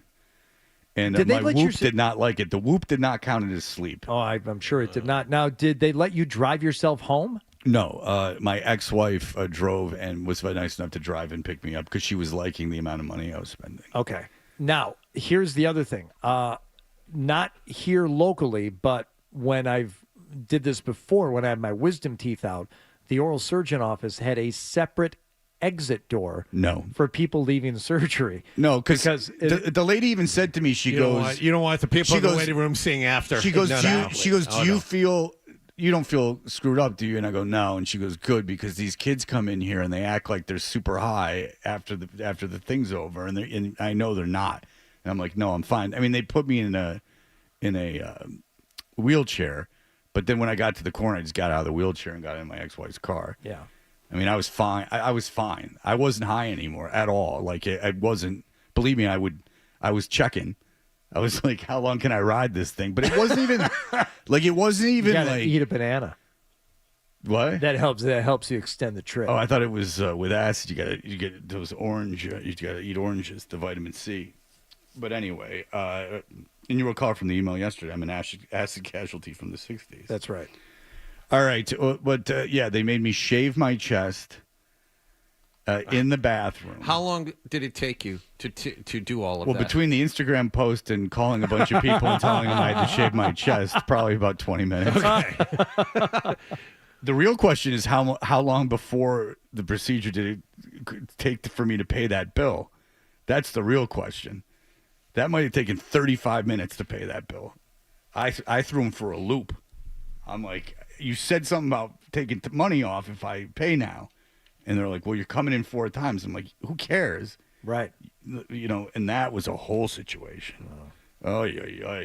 And, you know, my Whoop was saying that my heart rate was up. I was a little nervous.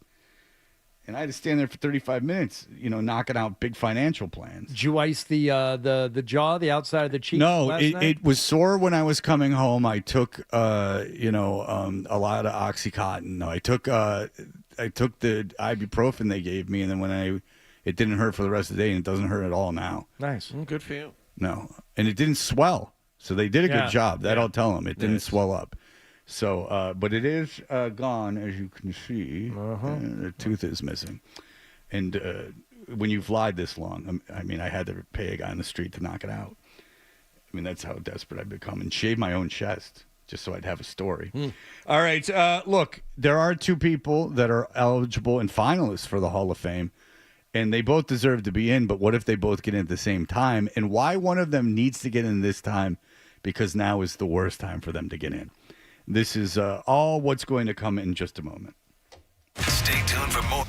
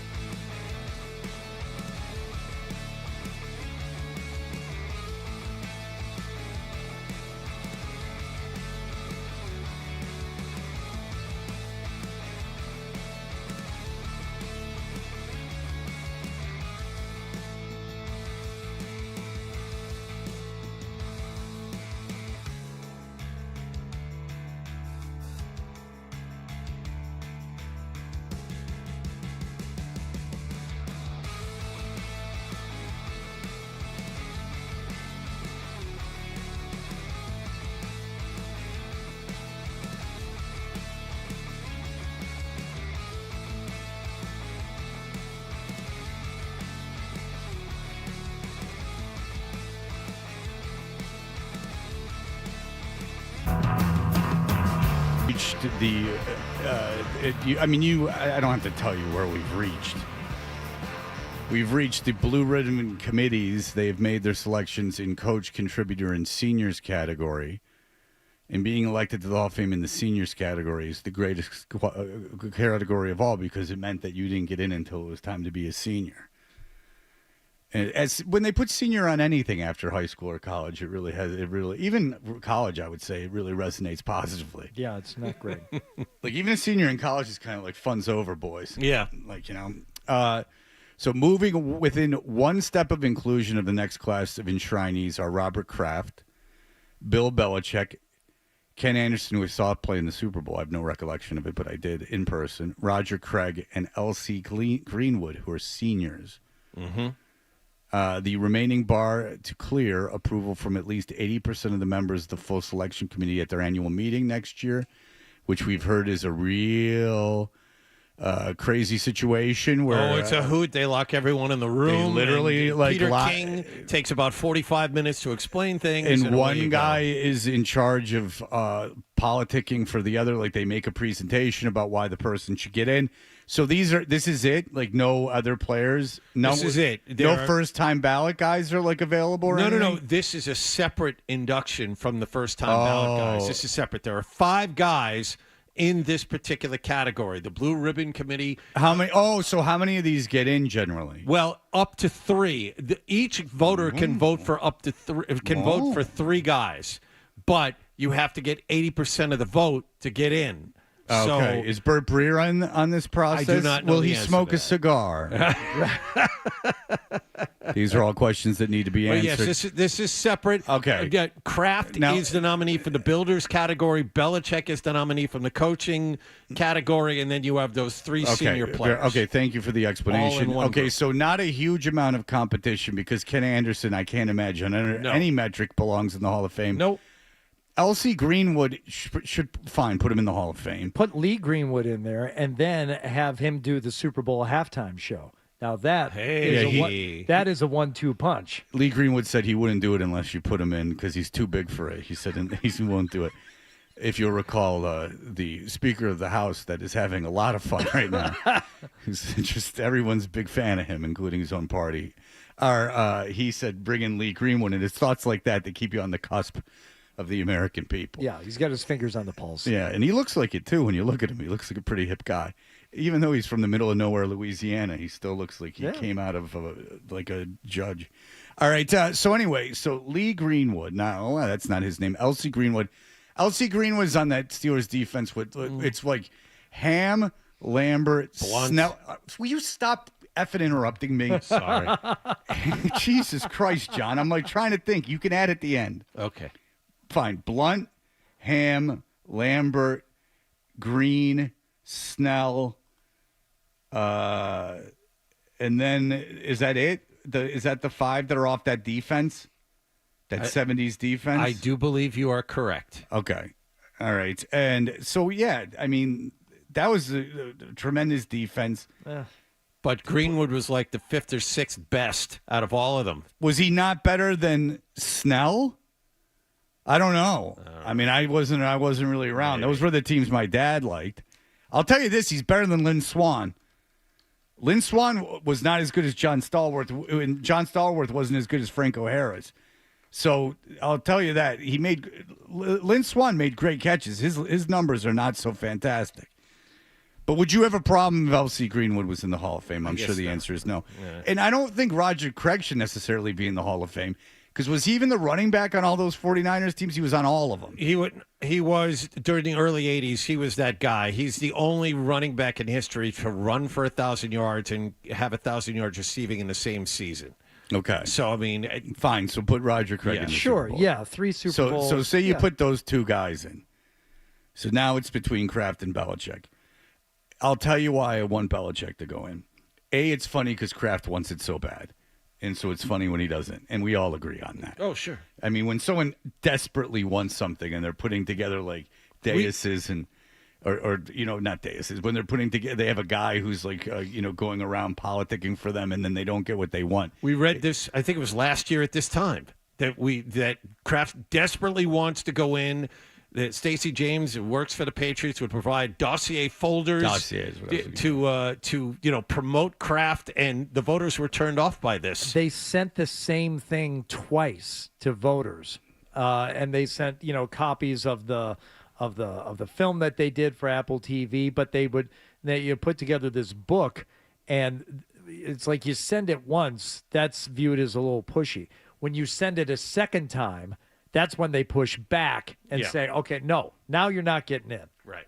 All right. So, and why Belichick? Fred, you don't like Belichick so much. You think he's an idiot and all these things. All these things are true. But Bill Belichick deserves to be in the Hall of Fame, obviously. You got to put him in this year. Why? Because it either is going to be tragic or not as funny. Either way. Like, it's something terrible is going to happen, or it's just not going to be as funny. Like, now is about as lowest as it can go. I'm not positive North Carolina is necessarily going to fire him. Not positive.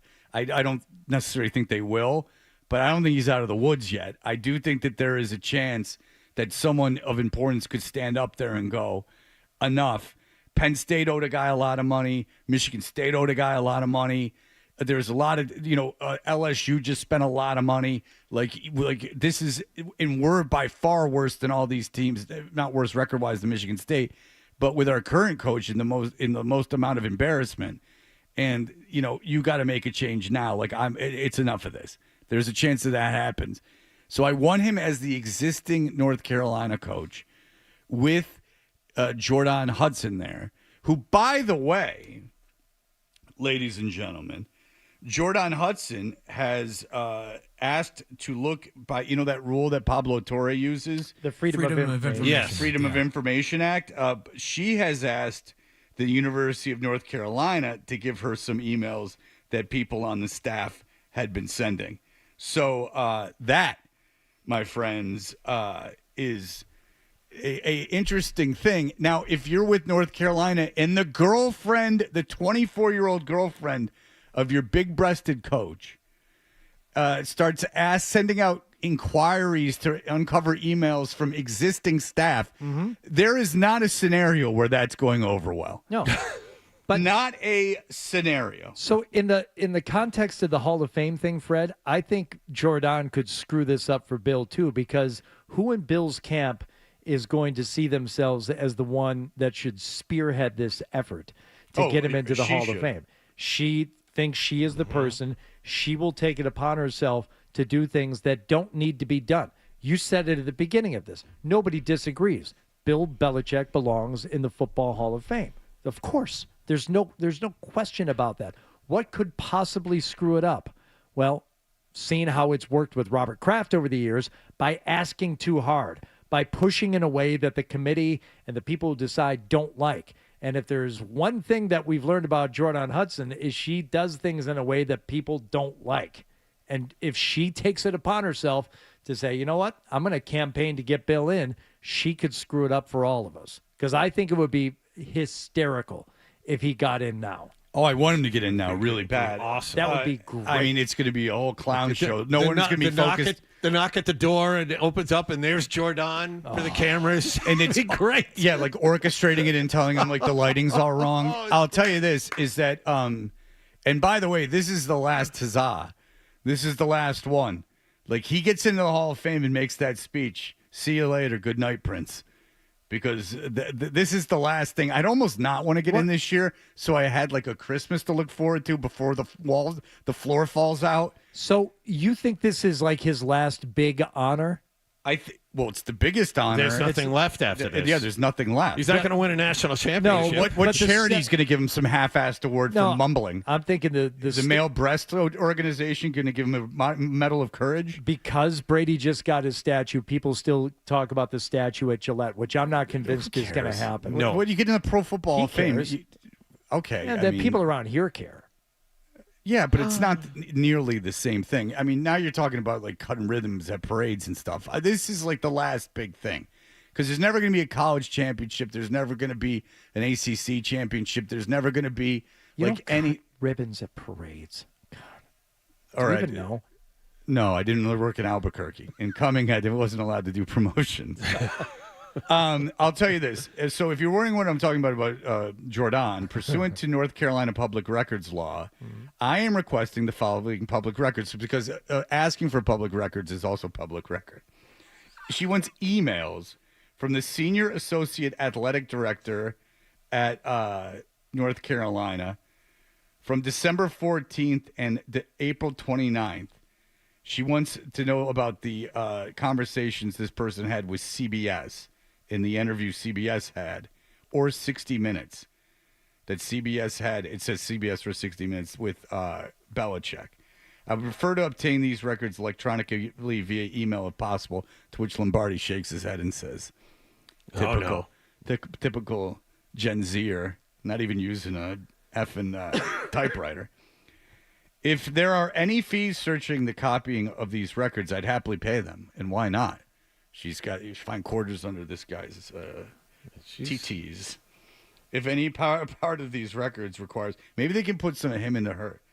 If any of these records request is denied, please cite a specific exemption of the North Carolina public records law that justifies its exemption. Thank you. So what the best case scenario for Bill would be, this all goes as according to Jordan's plan, and they find out that the guy from the university had some like off-color, maybe not so nice things to say about Belichick, and she can release them in a hail of glory, and they'll prove nothing or do anything except the university, make University Belichick, her and the guy look bad, and then the university can dig out of that unnecessary mess.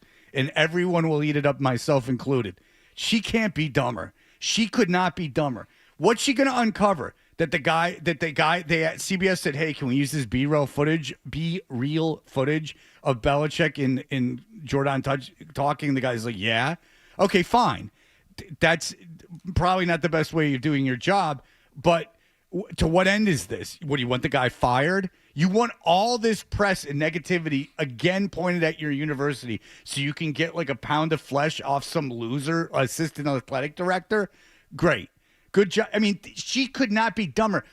Again, how is Belichick not looking at any of this in all seriousness, in no jokes, in no posturing or anything like that? Just in going, you're making my life so much worse. Like, these things you're doing are so selfish and so not good for me. Like, and you're using me to do it. Like, it's not like you're going out and shoplifting. Like, that's on you. It's not like you're going out and speeding around. That's on you. You're using my name and my success and my employer and directly making my life worse. How is that not? My family's mad at me, and that's a whole other side of things. I mean, if you really want to dig your heels in on that. But, I mean, this is an obvious thing that makes everyone pissed off. And in the top great thing that could happen is what? The guy gets fired? Okay. So one of the assistant athletic directors at UNC got fired, and he talked poorly about you. And give her the benefit of the doubt if you're Bill and say, you think you're helping me, but you're hurting me. This whole Gen Z victim is hero thing is a real issue. Like, her whole thing is that's going to come out as like the guy was mean, and then everyone's going to go, you know what, Jordan, you got a point. Like, you know, you're a real hero banging the 73-year-old gross dude whose life you're actively ruining. She's not ruining his life. Oh, no. Oh, no. If a guy's sister-in-law, in this conversation, it might have been leaked by Jordan to Page 6. That seems to have been insinuated by the Meadowlark Media. If one of your boyfriend's son's wives, the daughter-in-law, yeah, mine are so far away from being this I can't get into it. But daughter-in-law who has grandkids is telling you it's her or us. That's getting leaked to Page 6. That's making your life way worse. Hell. And then everything she's done for you professionally has really been a detriment of your brand. Because you were just a dick that couldn't win without Brady. But now you're like a clown with no control of his life. And now you're asking the university to fire you. Like, this move is just going to piss him off. And again, what do you get out of it? To be a victim for 10 seconds about something that the victimization no one's going to care about. It's going to be like a little, You know what that will be? It will be like adult cheerleader moron Jordan Hudson's guy said something mean that's going to be read as funny by even the athletic director knew she was an idiot. Look at how these two people thought she was an idiot. And then she'll go, see, they were coming after us. And then you'll go, what are you, like the president? Come on, you're a 23-year-old girl banging a 78-year-old. What are we? Ooh, boo-hoo.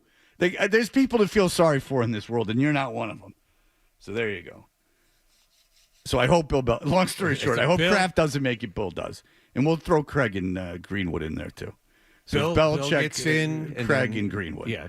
That's what we're hoping. Jordan, the other part of it is Jordan's there at the ceremony. She's absolutely there. With the woman who can't stand him and all. It'd be so uncomfortable. No, his kids aren't going. The worst part is I think it's going to go the other way. I think Kraft gets in and Bill doesn't. That would make it I would even, not like that. I know, but I think that's my funny as hell. And that's my prediction. It goes down that way. Jordan wears some like a snakeskin thing that's very expensive but very, very, very unclassy.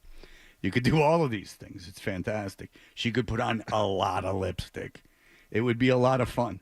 Just like every other high fashion model and member of the avant-garde upper crust. She'll put on a ton of red lipstick. All right, we'll be back in just a moment. Here are the headlines.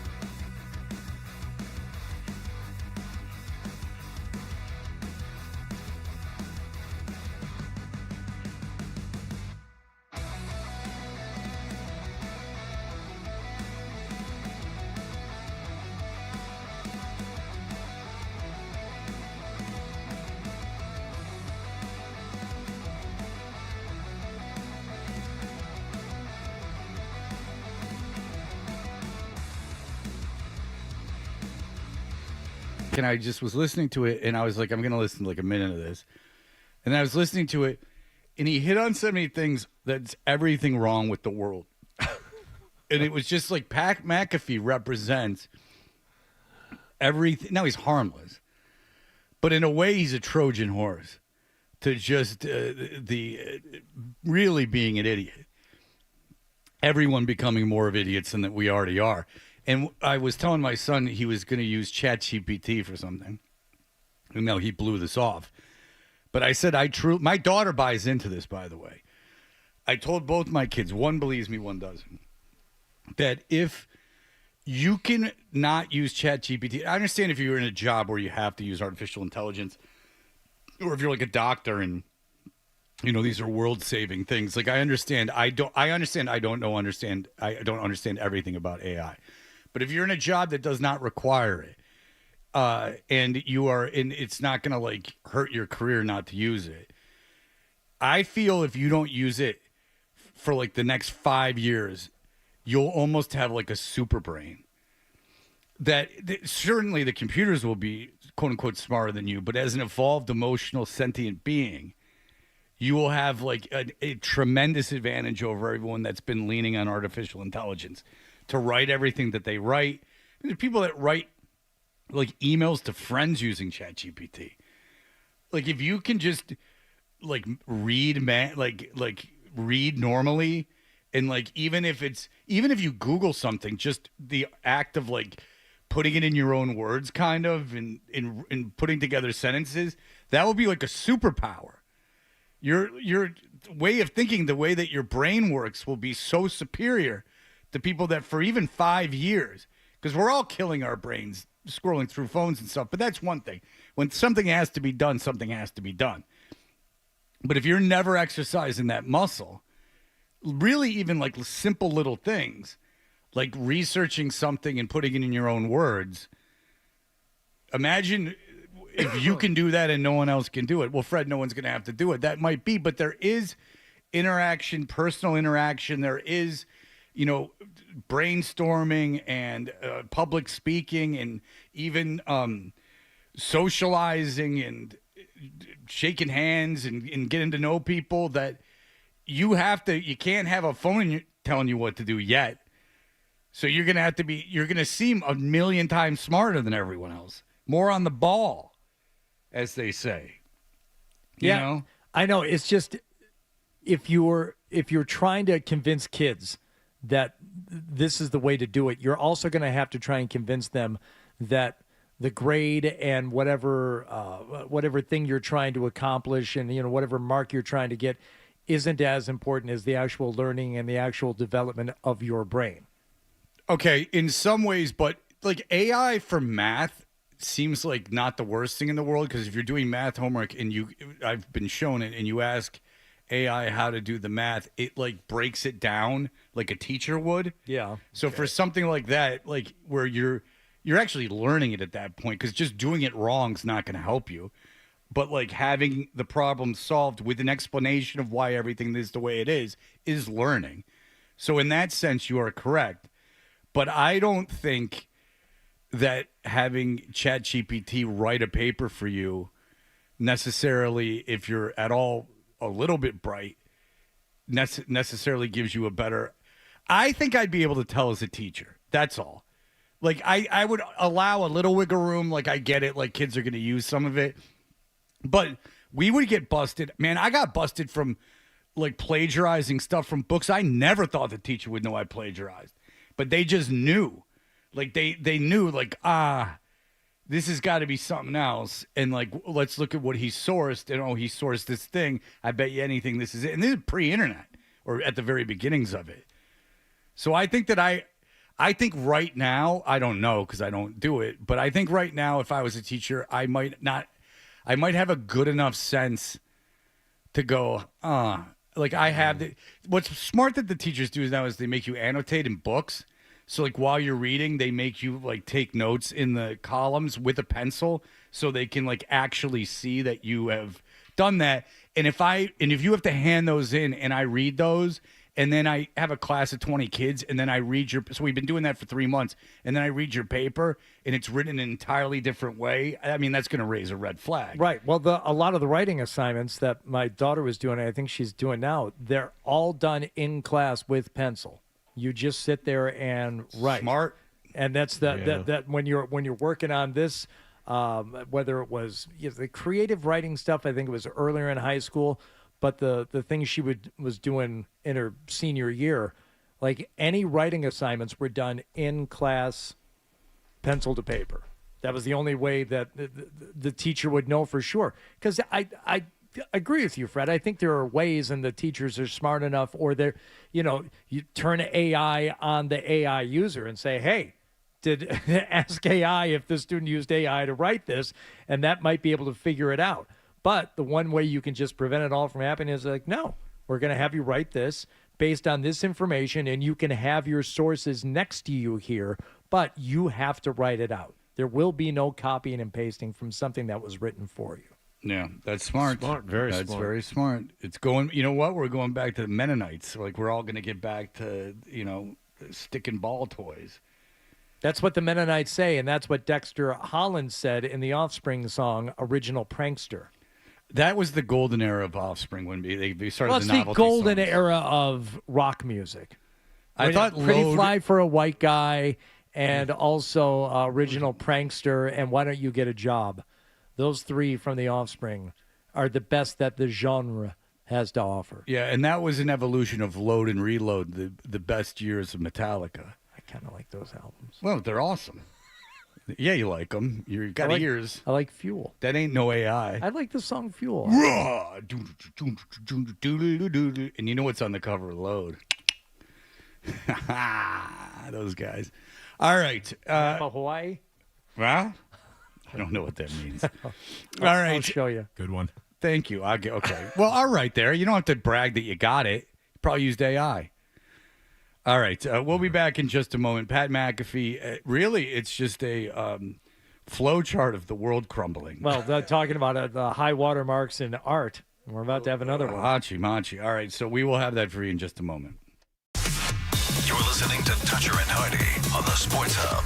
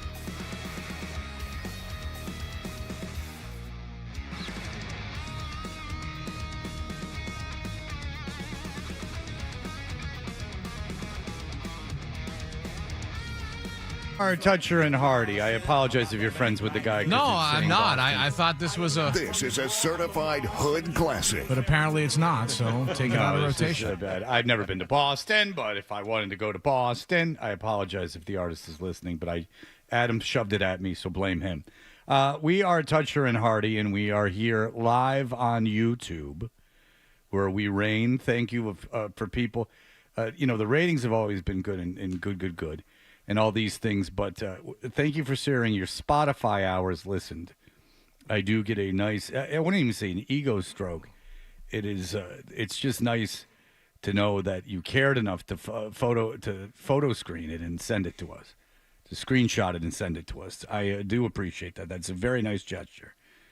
And I think that if I really liked something, I would be willing to do that. In fact, I have.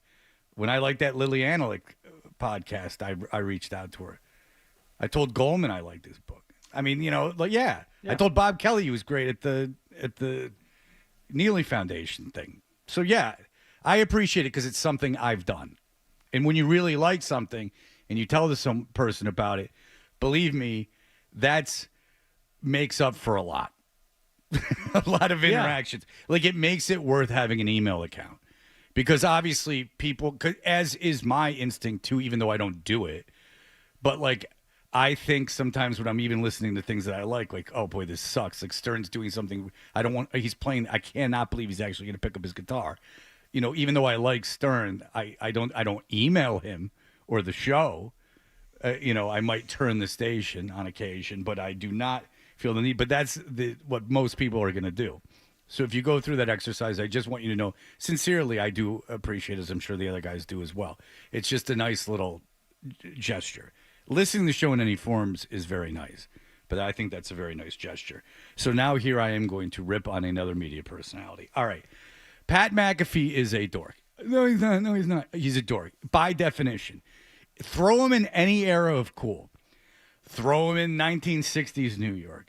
Throw him into 1970s New York. You don't think he could be in the Rat Pack? Yeah, he's be the nonstop guy who's getting kneecapped. The one Sinatra keeps having getting kneecapped. Yeah, you could. He's not going to be like throw him in like the 1920s Charlie Parker scene. Throw him into Detroit in 1969 with the MC5 and Iggy Pop.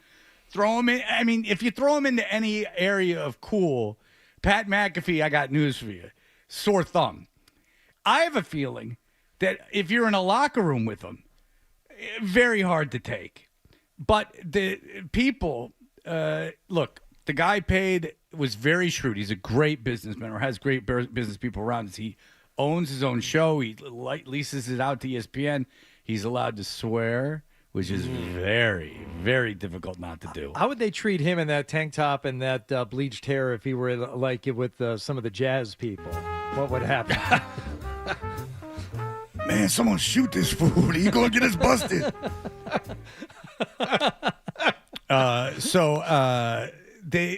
There's a lot to Pat McAfee, but cool he is not. He is the Disney Corporation's attempt to reach young people. I don't know any of my kids or their friends that like Pat McAfee.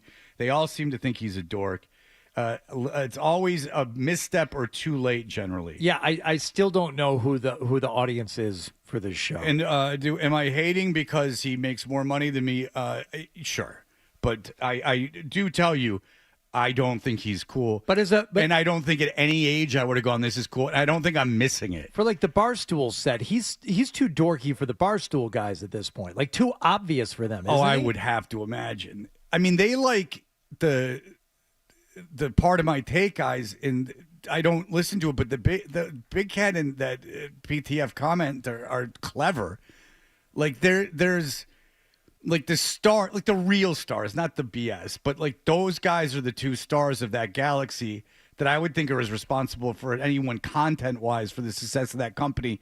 And they're good from what I've heard. So yeah, I got to imagine who knows what's going on at Bar. I don't think Barstool right now is like the epitome of cool or representation of any certain but if you're just now. Trying to figure out like who the audience for McAfee is, if it were like a subset of that, I don't even think it's that. Yeah, if I'm a media company, I think if you went with Barstool, like I've told you guys off the air, if you went with Barstool, like Fox went with Barstool 5 years ago, it would have been incredibly controversial, and you would have had to put up with a lot of crap, but you would have been making the point, like, look, we're really taking a swing at things. Yeah, we're going for it. I think that now it might be a little too late. But listen, they're not hiring me. And Craig Carden's taking a job back at WFAN, so what do radio guys know about it? All right, so anyway, here is Pat McAfee. He's standing up, so you know it's important. He's standing up and he's running around his show, and this is what he has to say. Ryan sent this to me, so blame Ryan. Some breaking news. Thursday at midnight, I'll be releasing my first song, Dookie.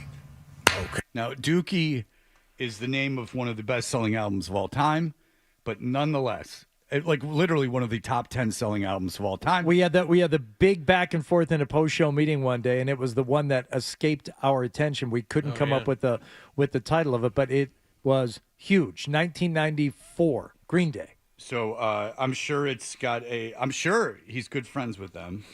And I'm sure that if he was in that East Bay scene in the late 80s or 90s, he would have fit like a glove. But nonetheless, his new song is going to be called Dookie, and he has a right to make a song. And what kind of song is it exactly? I wonder. Well, he kind of gets into it, and it's. I think by the end of this you'll know what kind of song it is. All right. It's not very difficult to put to the test. All right, here we go.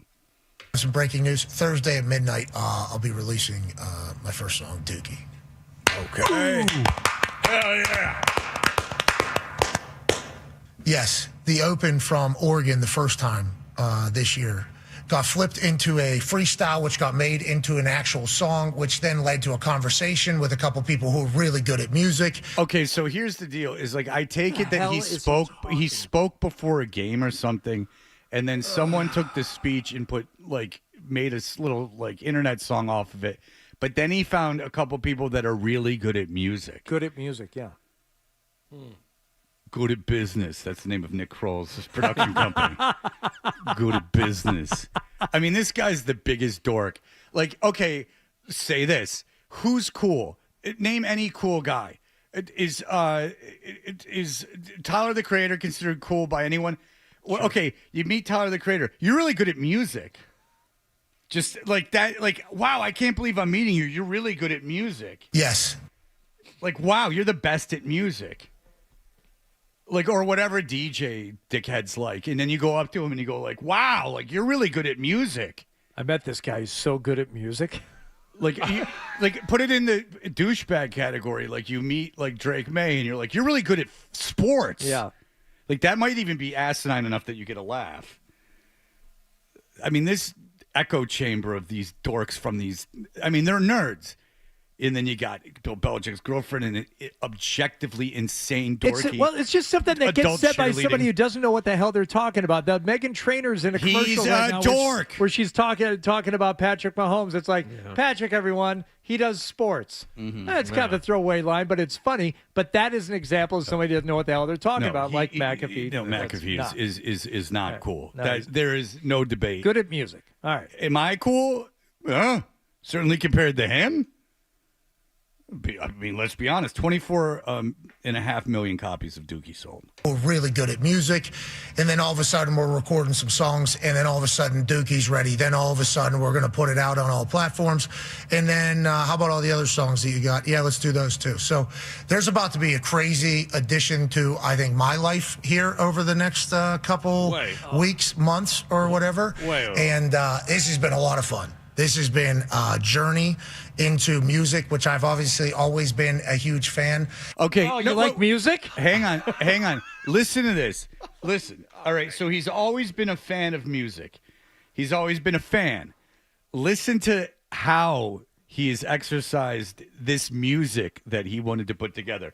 This is him being earnest. Into music, which I've obviously always been a huge fan.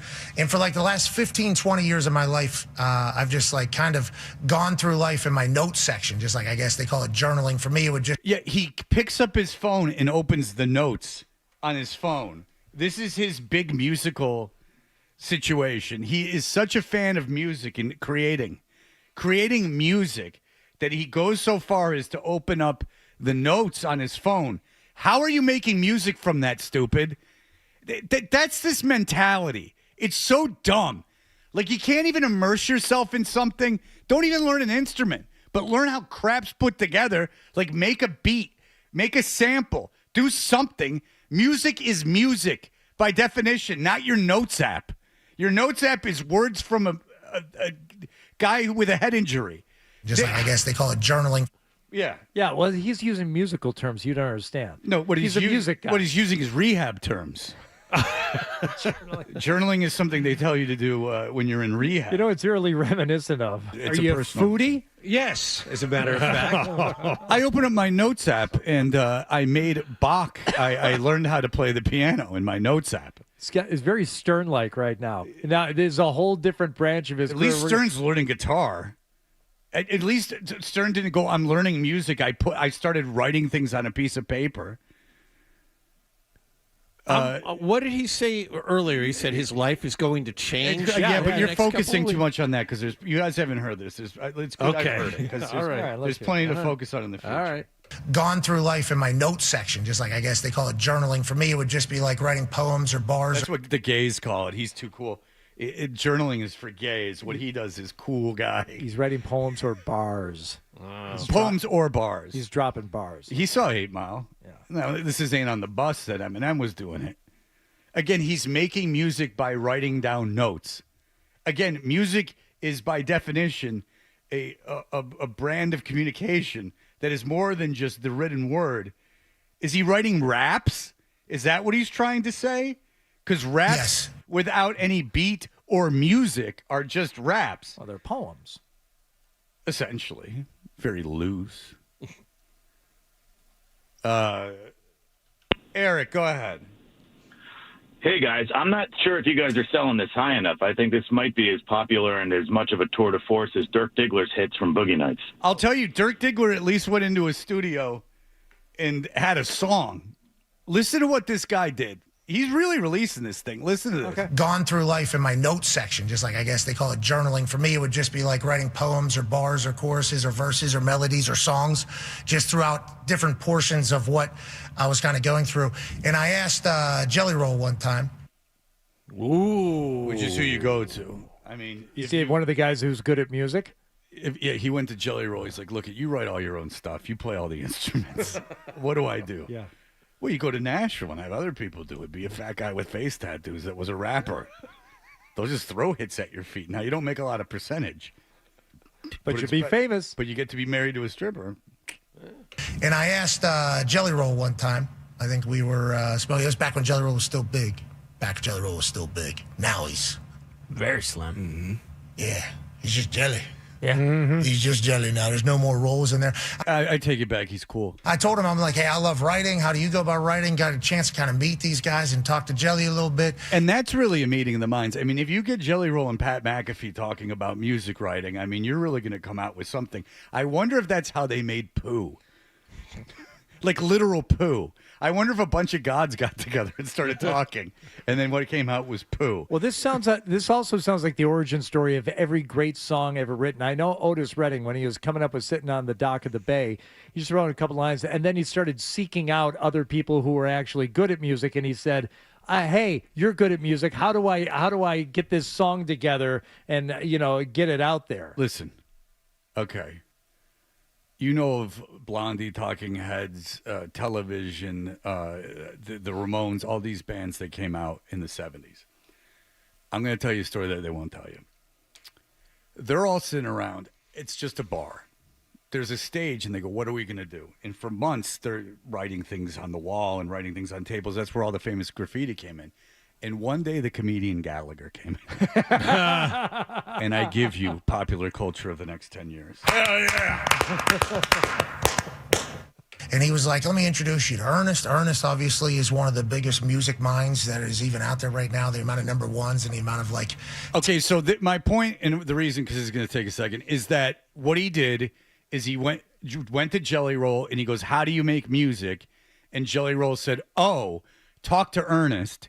And Ernest goes, okay, you're famous. Yeah. I'll do it for you. We'll go in a room. I don't even know if they bother anymore with this. They might just use AI. But again, I have friends that are Nashville songwriters, and they literally go into a room, and a lot of times the artist isn't even there, and they go, who's the guy? Who's the audience? What do we got to say? Steel guitar.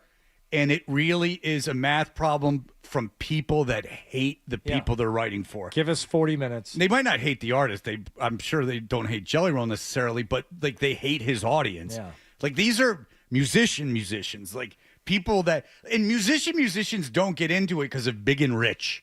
Like, like they're like chicken fry doesn't like spawn the next great musician. These guys like actual like stuff I might not even like, but they like, there is a craft portion of it that they do respect, and they do feel like they're whoring themselves away. But it is kind of an issue where you go, I like music, and guys, for 15 years I've been taking Apple Notes. So I asked another guy who doesn't write his own crap what to do, and he said to talk to Ernest, and Ernest said, I guess they call it journaling. Yeah, I guess they call it journaling. Sure. What a deep mind. What an idiot. I mean, he's a real idiot. Business-wise, he is not. He's a very smart businessman. Talent he has just radiating through everything. So then I meet up with him. And someone research what Ernest has done. I'd like to hear the diarrhea he's put out. It's bad. I mean, he's a Nashville country singer, and he's put out albums over the last like 5-6 years. Yeah, it's bad. I'm sure he hasn't made his hay with his own music. I'm sure it's been like the Applebee's guy and stuff. Yeah. And then all of a sudden, I'm in a studio in Nashville, and I'm watching these geniuses do their thing. Geniuses. My lyrics are being turned into actual songs, and then I'm singing. It's like this whole thing has like kind of become its own little journey in of itself and reflection because I'm visiting old lyrics in old times of my life. I gotta hear these songs. Just give us an hour. I don't care if it's the day after the Super Bowl. I want to go the different times. All book ends on Wednesday. I don't care. No, okay, then do it before Wednesday. You're acting like it's gonna be bad. It's gonna be fantastic. No, I'm saying. I want to hear what's going through this mashed potato head. What difference it is at 18 than it is at 38 or whatever the hell he is. Boy, in the non-sense of any self, like the nonsense of humility, like no humility. This just incredible. And what of you idiots are sitting here going, yeah, cool. Like, wouldn't you, if your friend was doing this, wouldn't you be like, you moron, dude will make money? No, he's not. He's not going to make any money. It's going to be embarrassing. It's just a huge embarrassment. It doesn't matter. Idea that he thinks that his Apple Notes should be made into an album. It's called journaling. Bill, some would say journaling, bars, It's poetry. not so much about making money, Fred. This is a whole new thing in his life. It's taken over, and it's wild what it's become. If you came in and said, you would never do it, it's bad. It's a bad example. Like if Scott came in and said, like, dude, we were playing in Germany, and I met Drake. And Drake said that, it wouldn't even be Drake. It's a bad example. But, like, I met, Ernest Adams, who is a big country producer. And he said, I'm a big fan of yours, Scott. Like, and I said, hey, I wrote these things down in college, and they're going to make a big song about it. You'd be like, you fool. Would you stop it? Like, yeah, stop it, you idiot.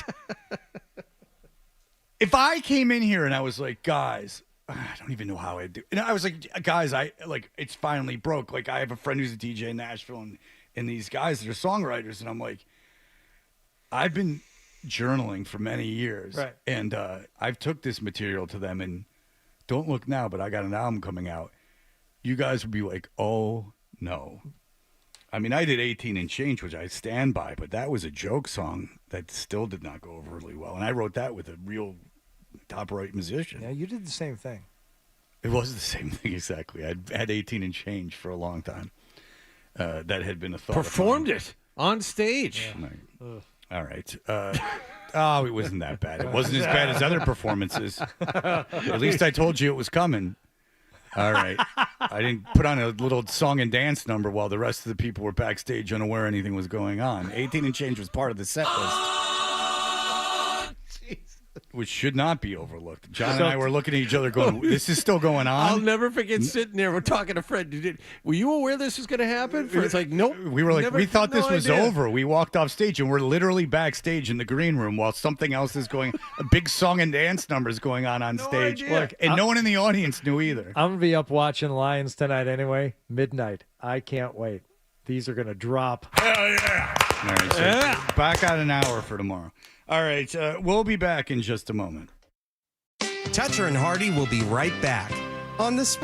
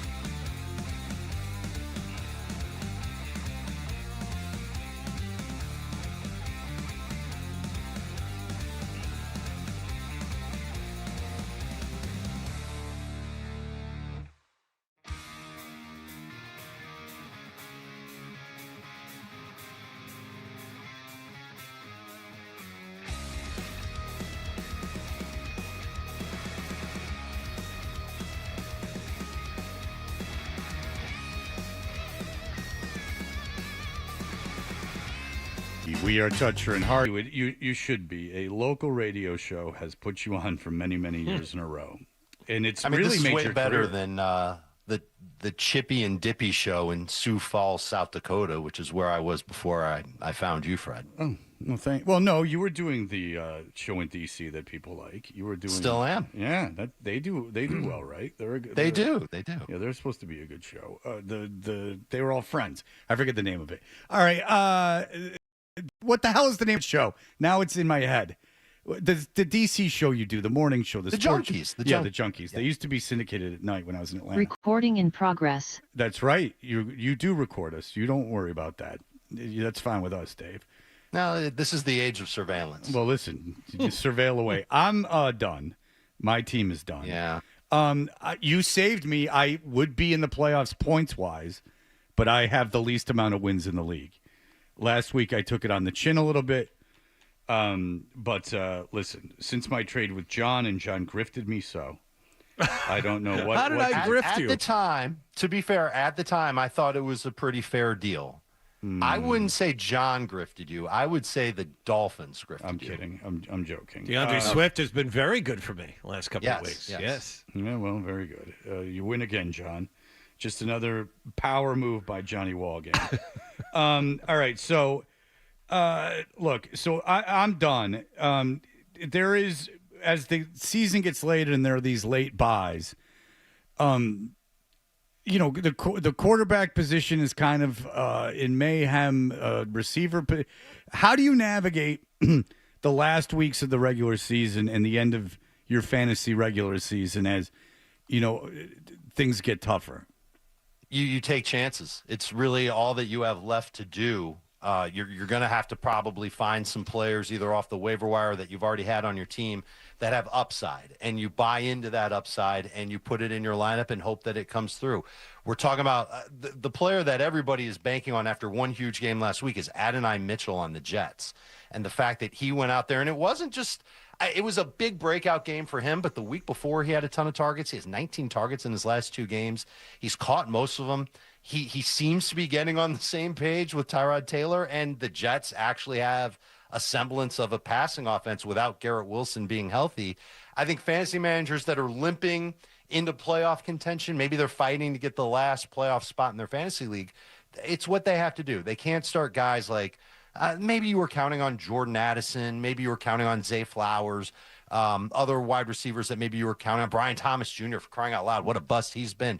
You're going to take chances away from those guys that might be good for, 60 yards to try somebody who might be able to get you 80 yards and a touchdown, or even more than that in the case of Adonai Mitchell last week. You don't chase those numbers every single week. There's got to be context involved. But when you see a wide receiver that's playing a lot, getting a lot of targets, probably in a game where they're going to have to throw because they're playing from behind, you take a chance with guys like that. So upside is really where you go when you're fighting for a playoff spot, and then you live with the results. There was some discussion on the show yesterday, Dave. I don't know if you were on the show yesterday, but Trevion Henderson, is that something that's like popping now that people are looking at? Well, I mean, you can't use them this week, but everybody is very Hardy was unaware that they weren't playing this week. Thank you for pointing that out. I was thinking that he was, but I just had the to be sure, Patriots aren't playing this week? What am I going to do on Sunday? What do you even like? Do you even like sports? Why are you doing this? You know nothing. I know a lot of people who are good at sports. That's right. You're like McAfee knows a lot of people that are good at music. Yeah. Do you know what a grade 3 sprain is? Unlike our idiot audience. All right. Well, what were they talking about on the show yesterday then for? They were talking about Trevion Henderson because everybody was hoping that he would break out and be, the stud running back that everybody thought he would be when the Patriots took him. And Mike Vrabel doesn't care about your fantasy football team. All he cares about is being the number one seed in the playoffs, and he's doing a good job with that, and he's rotating Ramondre Stevenson in. The fact that Stevenson played more on Monday night was really disappointing to fantasy managers, but they're going to have to live with it. And now I don't know if you can trust Trevion Henderson. He's one of those players, when he does play, he's got upside. We all know it. He's fast. He can catch the ball, etc. He's just not playing enough. And even when he has played, Hardy, there's been a ton of runs that he's had where he's getting 2 or 3 yards.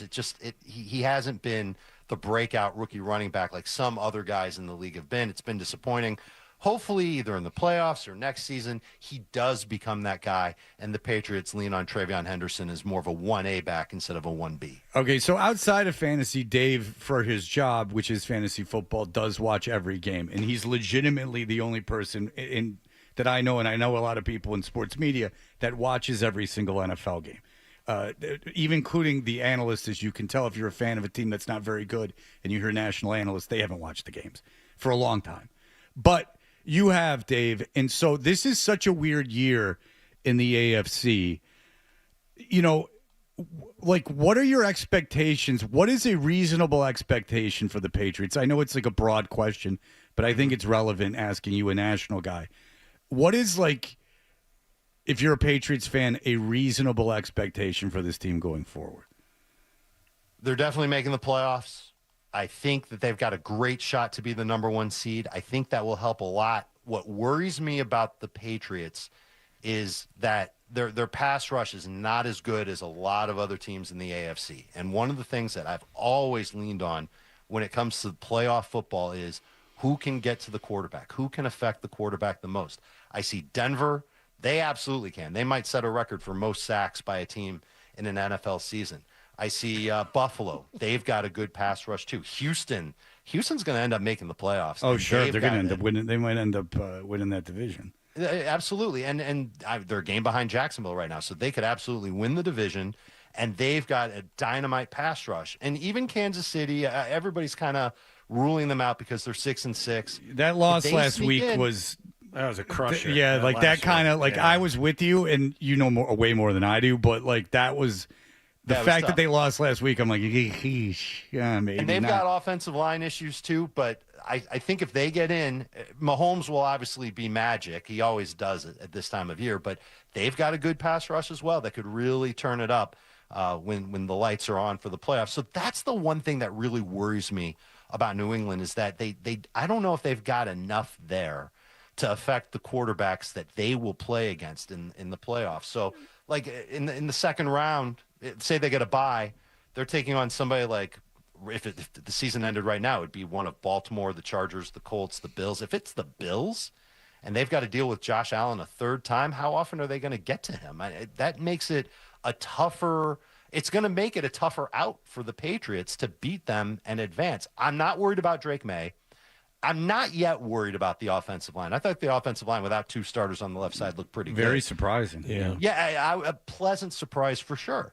But I'm not really worried about the offense at this point in the playoffs. I think they'll be able to hang. It's really the pass rush that worries me the most about New England. And just real quick before we go, again, another stupid question. They play Buffalo a week from Sunday. Mm-hmm. They've beat Buffalo in Buffalo. Sure. So this is just audience. I'm asking him his opinion. They're going to get mad at no matter what you say. And I don't know what he's going to say. Is New England, to you, a better team than Buffalo? Overall, yes. And honestly, the reason why I feel comfortable saying that is because Drake May has played better than expectations. Like, honestly, you guys know this. I was at training camp. I saw him play practice against the Commanders. He looked great there. But even as I was walking out, I was like, yeah, can he really keep that up? No one does it. Like, no one does it, you know? Like, he's a unicorn. So it's and you crazy. think about Vrabel's history in Tennessee, and yeah, he's worked magic with other quarterbacks before, but Drake May legitimately is having a special year. He's making great things happen. He's not doing it with his legs as much either, which is another element that could come into play in the NFL playoffs. Man, I think New England overall is the better team. One of the biggest problems Buffalo has is they can't stop the run. And so you get into a playoff game with them and it's cold, man, you could see Ramondre and Travion just getting a ton of work in that offensive line. Hopefully Clay versus Clay. Bullying right through the okay, so it's the New England running game against a team that can't defend the run. Is it third and short? Because that tends to be a problem for this team. As long as they have a goal line? Yeah, exactly. Do they need a yard is the real question. So does that make New England the best team in the AFC? The only other team that I would consider in the conversation is Denver, and it's because of their defense. Man. There's no comparison for me. But you would agree, Dave, that you would have no issue playing them in the playoffs, right? I mean, all smart football minds would say Denver Okay, won't they're be an making a issue. joke at my point. Dave, how I've been on Denver for a long time. Now people are trying to diminish it after they made fun of me. Now they're saying everyone was, but that's not true, is it, Dave? No, it's not. No. Let's say 7 weeks ago I said Denver's going to be a problem. They are going to be a problem. I was ahead of the curve, you'd say? I would say, once again, Fred, you are proving your sports acumen, and you are ahead of the curve. And it's stuck in these guys' craw, and it's stuck in the dumb audience's craw because they knew they didn't think it. They were metrically. You didn't think this. You didn't see this happening. Freddie Crystal Ball did, just like I thought the Patriots would win 6 games on top of things. All right. Dave Richard. Check him out on socials at Dave Richard. He's live on YouTube every morning with Fantasy Football Today and 3 times a week on the CBS Sports Network with Fantasy Football Today. Dave, you're the man. Thank you. You got it, guys. Enjoy the week off. All right, appreciate it. Well, Patriots we still got to come in. All right, very good. I'll tell you, a lot of times when the Patriots aren't playing, we got to do the show like months. All right, so there's more of this McAfee thing. Ryan is encouraging us to play. I've heard it. We can get more into his new album that is coming out at midnight tonight. Sports Hub headline.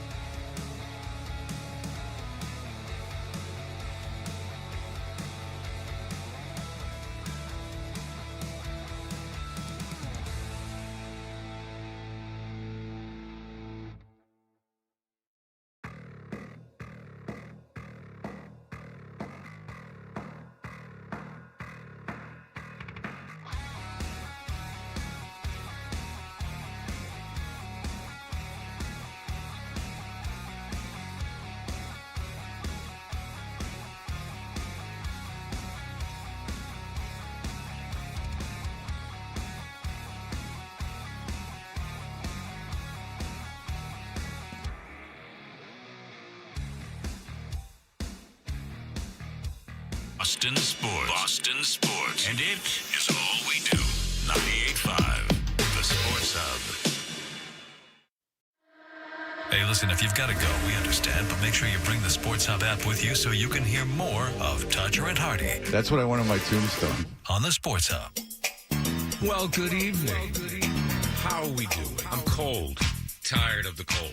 Now I know what it's like to be old. In for Dan Ray. Chalked up the ice. Come on, y'all, it's time to get nice.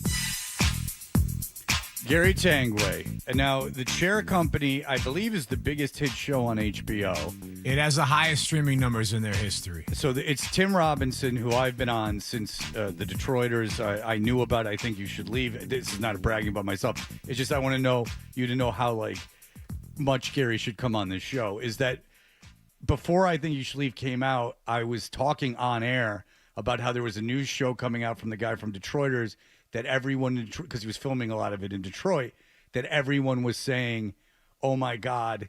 Or he was using a lot of the people that he used for Detroiters that was filmed in Detroit for I Think You Should Leave. And people were going, oh my God. And I was hearing about the guy eating the receipt that had poo on it. As I was being told about that skit. So we were talking about it on the air. Then it came out and it became a big part of everyone's life except for John's, who still refuses to sit down and watch it. Actively avoids it. No, he's actively I don't avoiding care about it, but it's not good behavior. He doesn't get that. See, it's like I would just watch it to know what that reference is. Do you have any idea? No. I do know the receipt. I have seen that one. Excuse me. Well, you knew too much about it before you saw it. Anyway, so Tim Robinson, the guy that he did, I Think You Should Leave with, have a show called The Chair Company. Now, I knew Gary was going to be on this show before the show even came out. Now the show's run is done, and Gary, sure enough, has lines in an episode. Okay, that episode just came out recently. I asked Gary, who I've known for 20 years, to come on the show because I'm a big fan of Tim Robinson. I'd like to talk about what it was like on set. You do a scene with the guy. What was it like? Talk to you like you're an actor, stupid. Like a real actor. Not a guy, trying to get part-timers to teach your Emerson class for you. But this moron wouldn't come on the show. Well, wait until you hear the news. So Adam asked him to come on the show. Yeah. And Adam wouldn't hurt a fly. And he asked Gary to come on the show, and Gary didn't. I have a good relationship with Gary. I've known him for a very long time as well and worked with him. I can't do the show. I mean, we promoted that BZ show of his, that book, all the making fun of him has been character Gary Tangway. And by the way, if he's in The Chair Company and all this stuff, I don't think it's hurt him that much. Gary's a serious actor now. Rain in Spain. Falls mainly on the plain. Resting, boys. Can't get up, guys. I'm on the Great 45 plan. Yeah. Elizabeth Shue and I are going out for a power walk. So Gary wouldn't come on the show. I follow him on Instagram as like a friend would. Rich Keefe and Jay Davey are joined by Gary Tangway to talk about the Tim Robinson HBO series, The Chair Company. Come on. Gary portrayed Evan in the show and talks about getting cast, working with Tim Robinson, and much more. Twitter, Instagram, and YouTube at Dork Podcast. So he's doing Rich Keefe, who does EEI's midday show. He's doing his not even midday Not show. even the show, his the podcast? Dork Podcast, which I've done, and it's fine. But certainly, what the hell is that doing for you? So it's not a time issue. Yeah. I'll tell you what. These dorks, I'm thinking the whole thing I do the circuit of the signings, like the Comic-Con and stuff, like these nerds, these virgins. I appeal to a bunch of fat virgin losers. I see a whole press thing happening. Dolls. Rocky Suarez dolls. Maybe they got a hole in them. With AI, maybe they marry it. So he's going on Keefe's podcast. Yeah, so it's not a time issue. So something's going on. He doesn't like me making fun of him or something, which he should just say. It won't stop, but he should just say it. So, this Dork podcast, hashtag Dork. I wouldn't know anything about it because Gary's always been running with a pretty rough crowd. It's the Blade. I ran with the spruce spinners back in the 50s over there in Andover. So I have a buddy, a guy who emails the show. He's a constant listener. He is obsessed with Tangway. Yeah. Wants more Tangway. Same guy get who in line. emailed us and said, take 10 minutes away from Breer every week and just either have Tangway on or just talk about Tangway. I smoked cigars with the man at Christie's the other night. So he's all over this Tangway episode of The Chair Company. Yeah. He's like, I can't believe you haven't watched it. I can't believe you haven't watched it yet. So I watched it you did. last week. Yeah, you and everyone else. In an effort to beat the Dork podcast to the punch. Would you like the entirety of Gary Tangway's appearance? Don't give it away! On The Chair Company? Yeah, give it to him. No, I have to apologize about Evan. They asked him if they could dye his hair at the stylist today, and he was too polite to say no. No. That's it? That's it? All of this for that? So the guy that played Gunga that's Din, more. Hey, the guy that played Gunga Din on one episode of Star Trek in '68 is going around making bank. Oh my God! Yeah, what? That's Comic-Con entrance. Yo, Kevin Smith. Look, I'm a bit part guy. Put me in. I'm like the Silent Bob type. Oh. 60-year-old There it ex-sports. is. I was in Knives Out and I had lines, and then I didn't care about doing your show. Tim Robinson hates it. That's the problem. He has less there. He's in Knives Out. Yes. A hit movie. Yes. He's in it with He's in it a lot. Yeah. Well, I For- was for in a small rehab. part, yeah. And Yes. we were in that little house, the tweener house in rehab, and they let us watch a movie one night because you could only let it so often, so we didn't go crazy.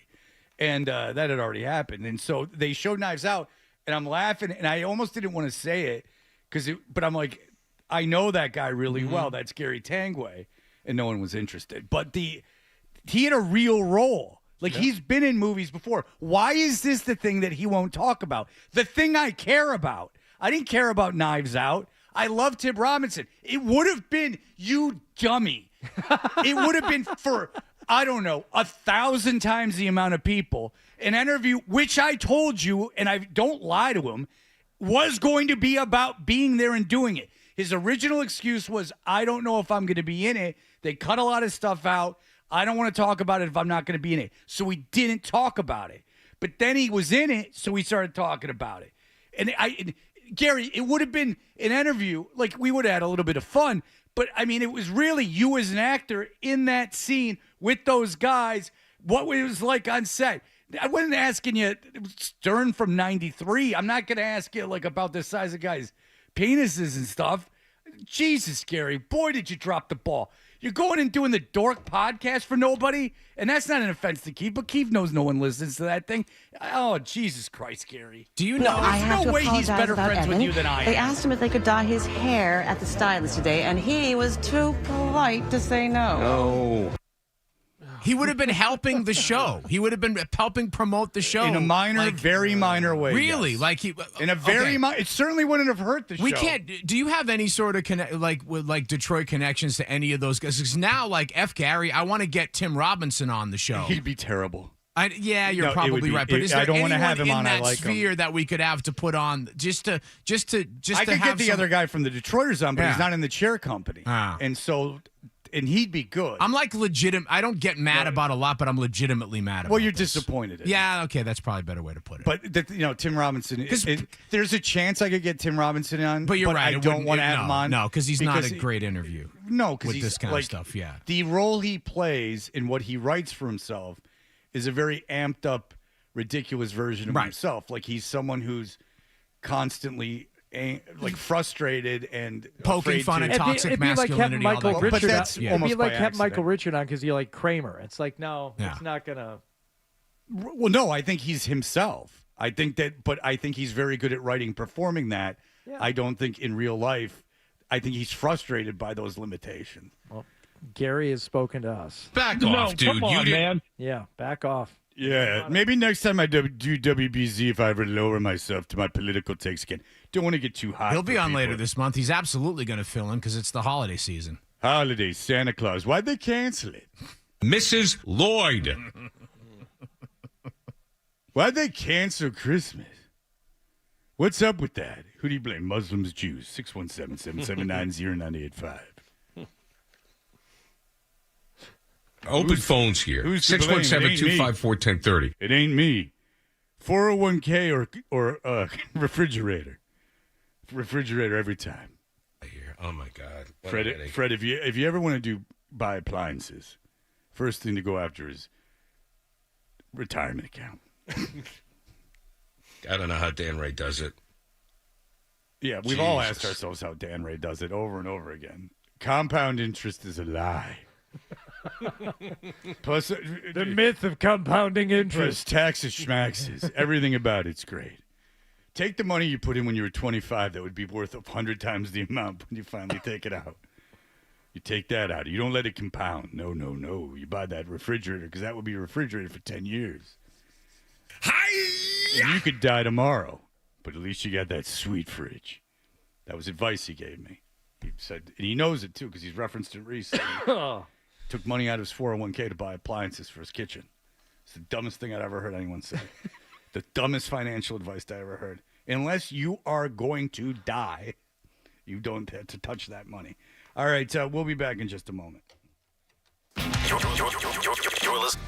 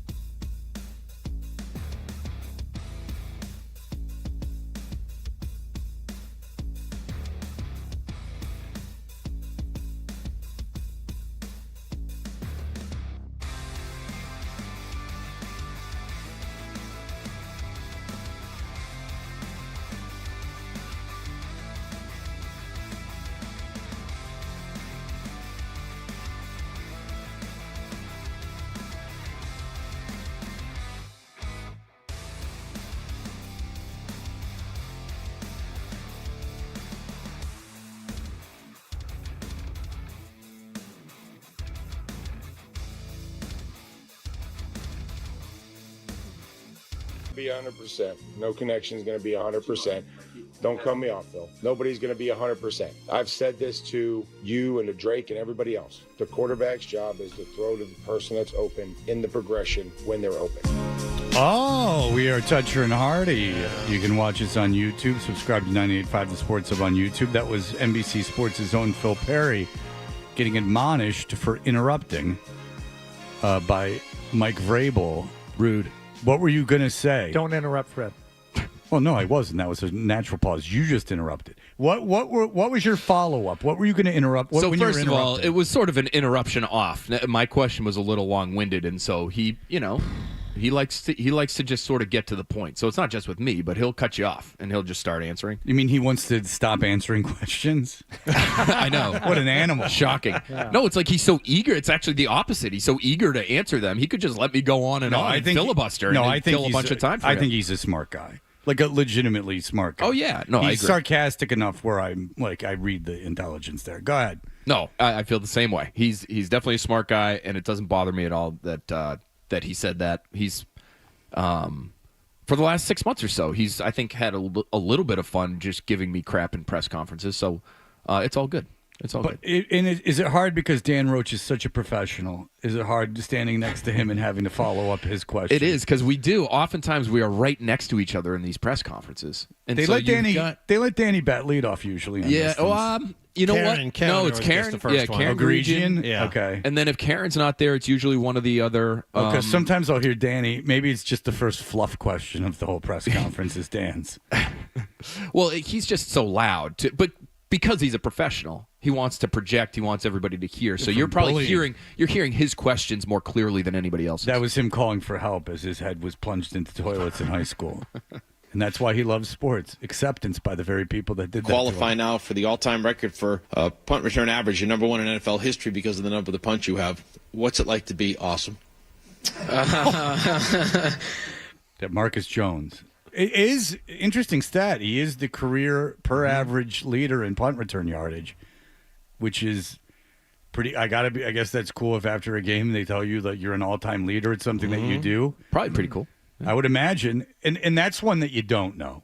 Like, it's BS when they say, I didn't know I had a chance at, like, the touchdown record or something. I didn't know I was going for 4,000 yards. Yeah, just everyone, like, held the ball for me. But, like, I was the one guy who didn't know. But, like, that's something you legitimately don't know. He might have, only because he needed one return to officially qualify. And I think even if that return had been, like, a yard, he still would have had. He's number one with a bullet. I think he's, like, 2 full yards ahead of the next guy. He's the best one of all time. He's better than Devin Hester. He's the best. All right. So, but Dan asked these great questions. He's pretty good at it. Mm-hmm. Definitely. Who's the we're all worst taking at it? notes. We're all taking notes when Dan asks a question. Who's the worst? The worst? It might be me. Besides long-winded, you, Phil. Not Besides that smart. you, who's the worst? It's probably me. Are you in there when Zoe does his post-game questions? So I'm don't let him. This year I'm doing something a little bit different. No, yeah, Zoe would probably be next. No, I'm not in there anymore. I'm not in there anymore. So Threw him a lifeline. We're That was doing like the our foodie thing. studio show for me now on a weekly basis. So I'm not down there for any of the post game press conferences anymore.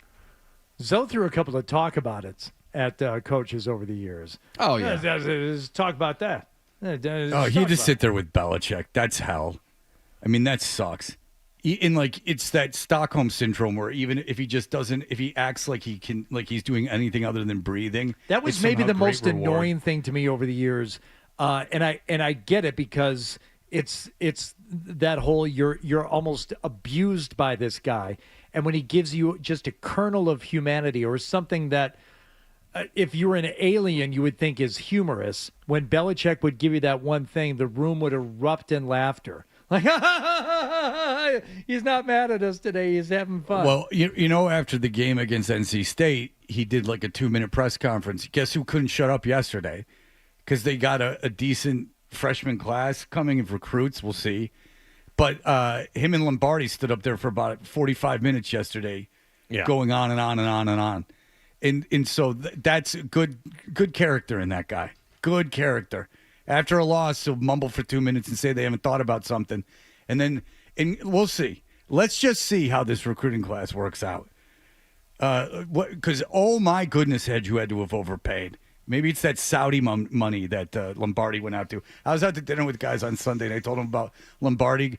Mike Lombardi, who's the GM of North Carolina football, got caught, and it was getting caught because no one was supposed to know, during the season flying to Saudi Arabia to try to ask for Saudi money for the football program. That's right. The world is changing. Yeah. And it's just asinine behavior. And maybe they used that Saudi money to somehow pry some of these in-state kids away from the programs that were superior to them in-state. It's just so interesting, too, because Bill, while we were covering him, was always the guy to say, well, we'll see. Or, I don't think anybody's, won any championships yet this year. Or he just never wanted to project out. And that's all this recruiting thing is. It's all just, so if you're taking a victory lap now, what have these kids actually done? That's what Bill would say at one point in time. Well, with Bill in the media, it's just like he would try to ingratiate himself with people.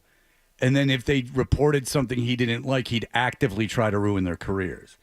And it wasn't like they reported anything like, if it was false, it certainly wasn't anything like defamatory or anything or slanderous. It would be like on the line. I don't even know what he got pissed about, but he would get pissed about like pretty obvious reporting, and then not only get him taken off the Patriots beat, would then actively try to keep them unemployed.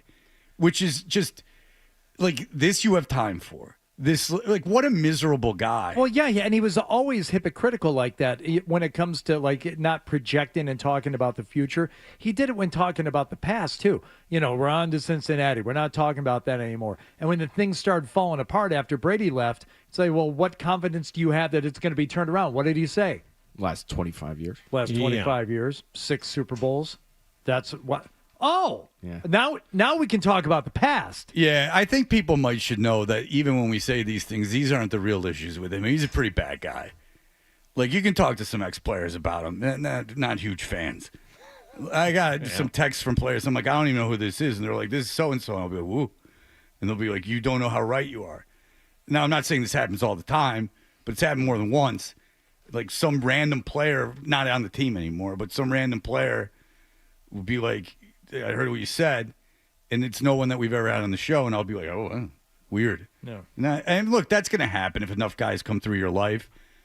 But I don't know about like actively behind the scenes trying to firebomb them because you didn't like something that they said about you one time when you were reporting.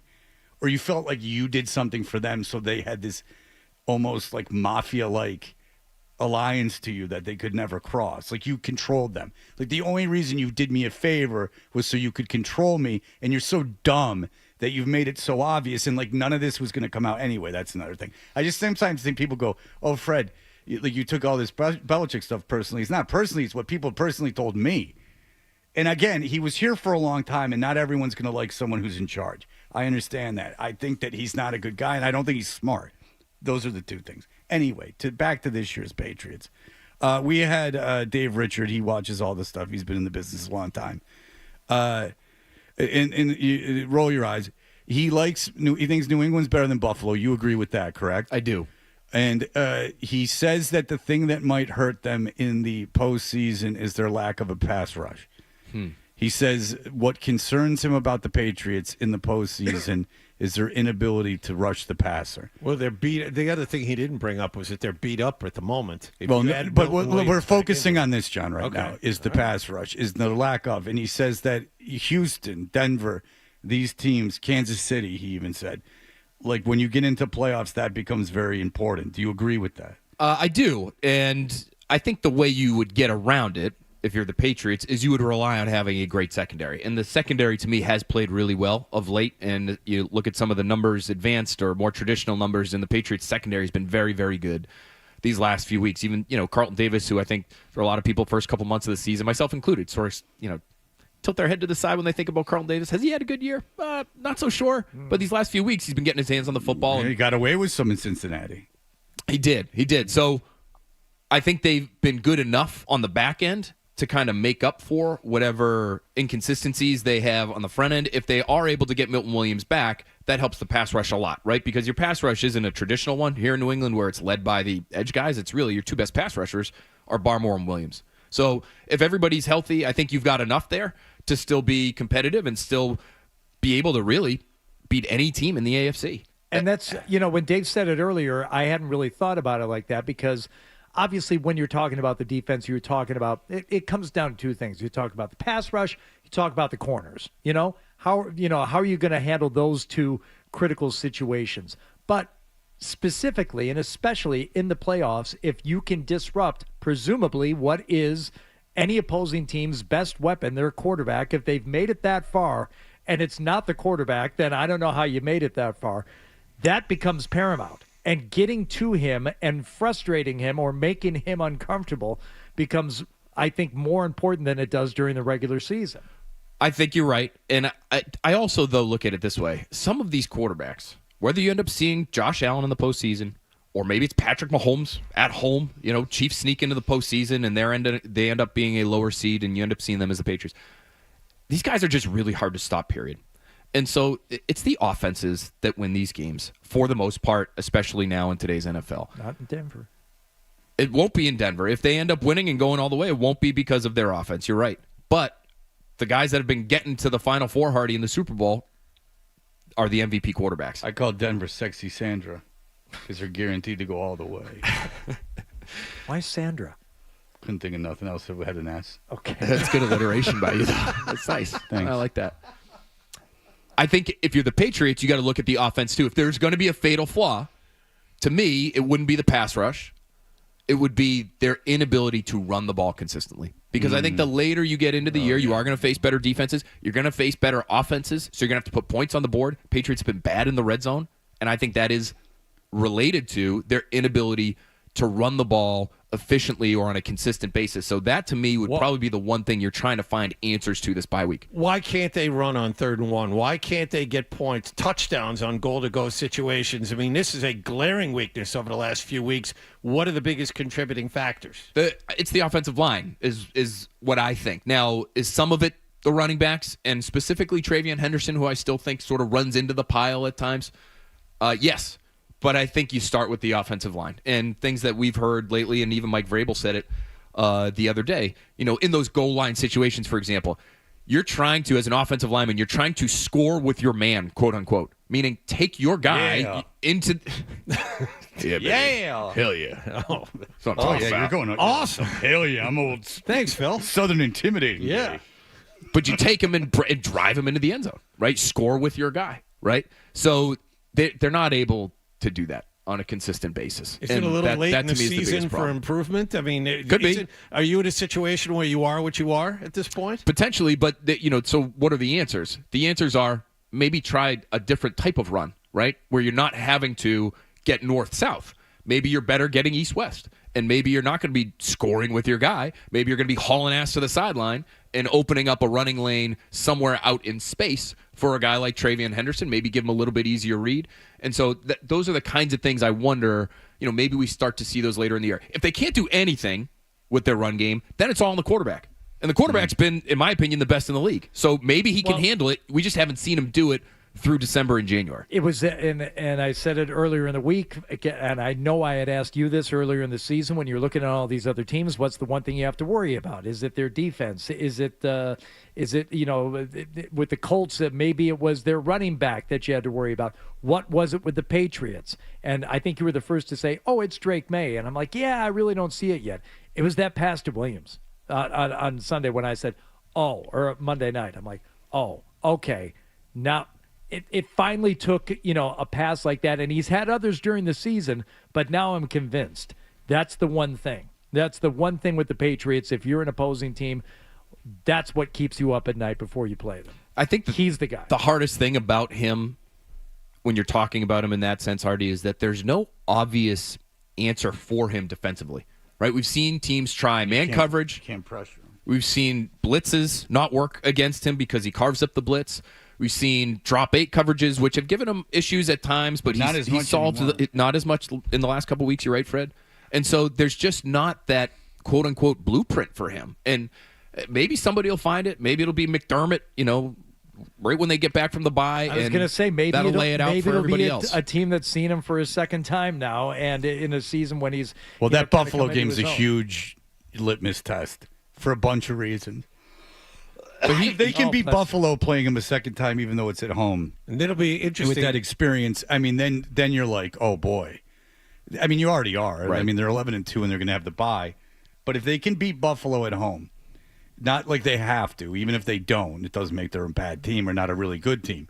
But if they beat Buffalo at home, not just because it's Buffalo, but because you're playing a good team the second time. It's the first time this season that anyone will have seen Drake May a second time. Right. And so this is and look, if May has an average game, it's obviously, I'm just getting ahead of this now. I'm not saying it means really anything. If they lose, they lose. It's more I'd be concerned about positioning in the AFC than I would be about the meaning of losing that game. But if you win twice against Buffalo, that is quite a state. And then you really can't ask them to have done more. They've lost. You play. That's the best team you played. You played them twice. It's the best team you're going to play. Might be the best team you play. Daniel Jones got a broken leg. Might be the best team you play all season unless you make the AFC Championship game. So you beat them twice. That's a statement. All right, Phil's in here for another break, and we will get back to him in just a moment. If you can just hold on to it. Toucher and Hardy, 98.5 The Sports Hub.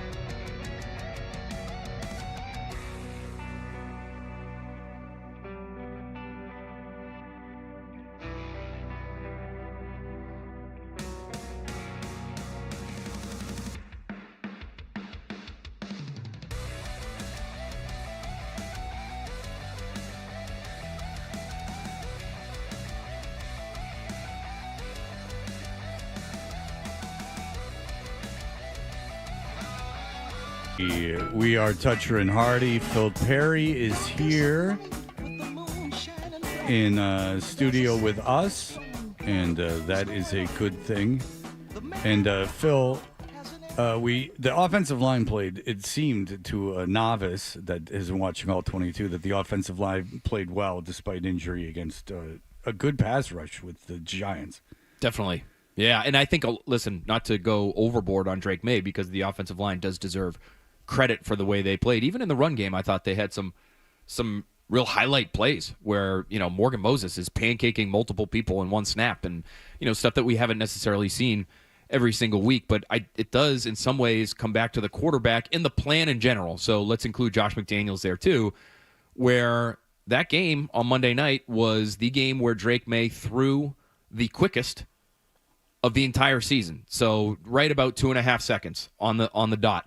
And understanding what he had in front of him, I think that's a great job by Josh McDaniels and Drake May for being able to really change his style of play. I think we talked about this on the show last week. That's what really interested me was he going to be able to tweak his DNA as this big game hunter and be a short, quicker throwing quarterback, almost a Tom Brady-style quarterback, when you have backup linemen in the game against a team with a good pass rush. So that's interesting because we talked about this again earlier in the week. It wasn't a discernible difference to me in terms of how quickly he was getting the ball out. And I also didn't notice, Hunter Henry being, taken out of, I guess, target situations in order to help block, at least not any more than usual. But the release for Drake May seemed to be about the same. You're saying it was quicker. It was on average, right? And that's something that Next Gen Stats tracks. And I think even maybe the reason you didn't notice it, Hardy, was because even on those down the field throws and that Williams throw that everybody loved, you included, that was a relatively quick throw, even though it traveled 30 plus yards down the field, because it did not involve a lot of scrambling around or stepping up in the pocket. That was on time, in rhythm, and out of his hand. It wasn't any kind of a route that Williams had to go rogue on and something didn't happen. No, that was the play. And that to me is the sign of growth from Drake May, and what has been the most surprising thing about this season, because even if you knew and understood he was a smart person and he would ultimately be able to pick up this Patriots offense, however it was tweaked to fit his skill set, I didn't think it would happen this quickly. I thought year two would involve a lot of, if not exclusively,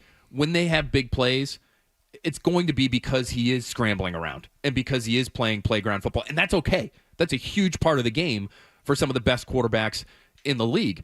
What he's doing in terms of his understanding of the game right now and his understanding of their system, again, let's take that Kyle Williams throw. The Giants show all out pressure, and so he changes the protection. He does keep Hunter Henry in to protect. He keeps Ramondre Stevenson in to protect, and then the Giants end up dropping out, and so the picture changes on him a little bit, but he understands where his one-on-one is. He knows he's really accurate, and he's aggressive enough and confident enough to make that throw. He goes ahead and makes it on time and in rhythm, and they score a touchdown on a 3rd and 8 situation, right? So he's not just trying to make the safe play, make the high percentage throw, maybe pick up 6 and kick a field goal. Like, that would be viewed as an okay play. Especially in the Tom Brady era Patriots. Like, Tom would play the numbers. I talked to Brian Hoyer about this. Like, he would not necessarily be quote-unquote conservative, but he would look at a throw like that throw to Kyle Williams and say, rookie receiver, hasn't done a whole lot for us this year. I can try to make that throw. I know that's a one-on-one. I can try to make it. What are the odds it's really going to work out? And he might go for the underneath guy and pick up 5 and kick a field goal, and that's okay.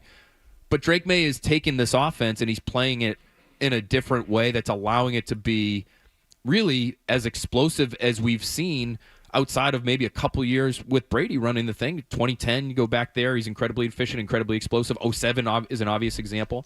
But we just aren't used to seeing all of this down the field throwing and this quick processing from Drake May where he can get it down the field, but he can do it without scrambling around and doing the playground football thing. And that, to me, is a sign of real football intelligence and football maturity. What's going on with the injuries? Have you heard anything about it? Bert Breer had a report that Will Campbell had a grade 3 strain of the MCL, and that they put him on IR as much to keep him out because his own will, to kind of dissuade him from playing as much as it was for anything. Do you agree with that reporting, or is Bert full of beans? No, listen. Bert's the best at what he does, Except for in my making opinion. Instagram videos. Did you see the one with the cigar? I did. That was the only one I saw where it's just sort of rattling around and he's kind of wrestling with the cigar for a little while. Yeah, it doesn't seem like a guy that knows how to smoke a cigar. And maybe not the coolest thing I've ever seen. Well, it's been a while since the old Buckeyes have beaten the Wolverines. No, So maybe he's out of practice. Well, listen, this guy knows about football. He went to Georgetown. But I'll tell you is that I know why he made the video, and I understand the trolling. It's the fumbling with the cigar that was completely unnecessary. You can't show it. You can't play it on the radio because nothing he says bothers me. But you can hear the cigar. I felt good. Yeah, it sounds like someone's punching him in the mouth. Like, stop with the cigar. It doesn't. It doesn't do anything except show that you like cigars, which it shows you obviously don't. Anyway, so he reports this thing with Campbell. What are you hearing anything updating? About No, this I injury? listen. I believe Bert's reporting on that, and the protecting himself from himself thing makes sense. I think it's true for a lot of guys. I think just when you put a more firm timeline on it, which is what going on IR does, you are going to miss 4 games. There's nothing you can do, right, to get yourself back onto the field any more quickly. I think for a lot of players, it probably puts you a little bit more at ease and would allow you to just go through whatever rehab and whatever programming you're being asked to go through at a normal pace. And you're not stressing yourself out to come back soon. And this is sticking in my crow because of the feedback about just talking about his injury, so I can't help but to lean into it. But if you think this team was 2-11, do you think he'd be coming back this season? I think there's a chance that he would. But I don't think there's any chance that he would. Okay. If they were 2-11, you're going to take your first-round pick with a partially torn MCL, which is what a grade 3 sprain is. Every sprain is a tear. Yeah. So Yeah, ankle sprain is a tear. In a grade 3 it's not good. Right. Not good. Right. Which often can require surgery. All I'm saying is I don't think you take a kid that you have a cornerstone of your franchise for the next 10 years. I do if you're playing for a Super Bowl. And, I made the statement yesterday that we made a video on that if I was his agent, I'd be like, don't play. If I was his agent, I'd be like, don't play. You're a bread ticket to me. I don't care if you win the Super Bowl. I want you to play left tackle and make as much money as possible. But if he played in the Super Bowl, I wouldn't drop him as a client. But if I'm him or the team, I'd play. But I got news for you. If I'm 2-11, then you're going to be in what week? That means you're in week 17 when he comes off. So you're going to play him in the last game of the regular season. Yeah, coming off the IR, getting warmed up for the playoffs. And he snaps the thing, and then what are you going to do? You're in big trouble. But what if he can play? But what if he's healthy enough to play? And now you've got a backup protecting Drake May, who's playing in that game at the end of the season. Like, just sit everybody. There's then. a difference between I can play and take the risk, which is what essentially the reporting is that, it'd be exception. I bet you if they now we're really getting into it, but we do know what it is. If they shot him up, that he could go out there and play on that knee, physically do it, But if it's torn and it's already worn down and it's vulnerable, I understand they wear knee braces, but they all wear knee braces. They actually don't anymore. They used they to do in under football. Bill. They do in college football. They're all every single one of the those. Patriots used to. Belichick used to make them. I know that they can wear a knee brace and that it can protect the situation, but it's still the kid snaps his MCL, and then so you're playing for no reason. Don't play Drake May in the last game if you're concerned about it. I got news for you. If you're not making the playoffs, what the hell difference does it make? Play the veteran. There is plenty of logic in what you're saying that generally speaking doesn't happen for bad teams who have franchise quarterbacks. They still play even when they're out of it. No, I understand that, but I mean, would you play a franchise left tackle?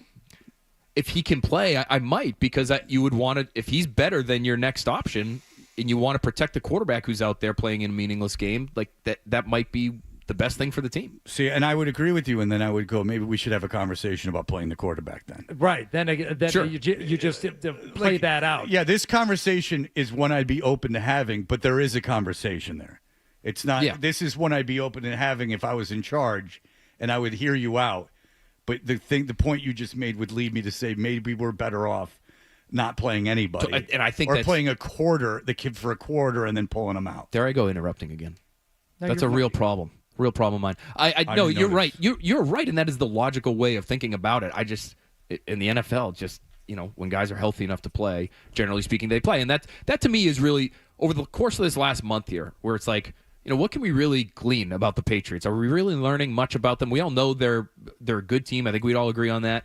Maybe there's some disagreement as to whether or not you think they're the best team in the NFL or somewhere in the top 3.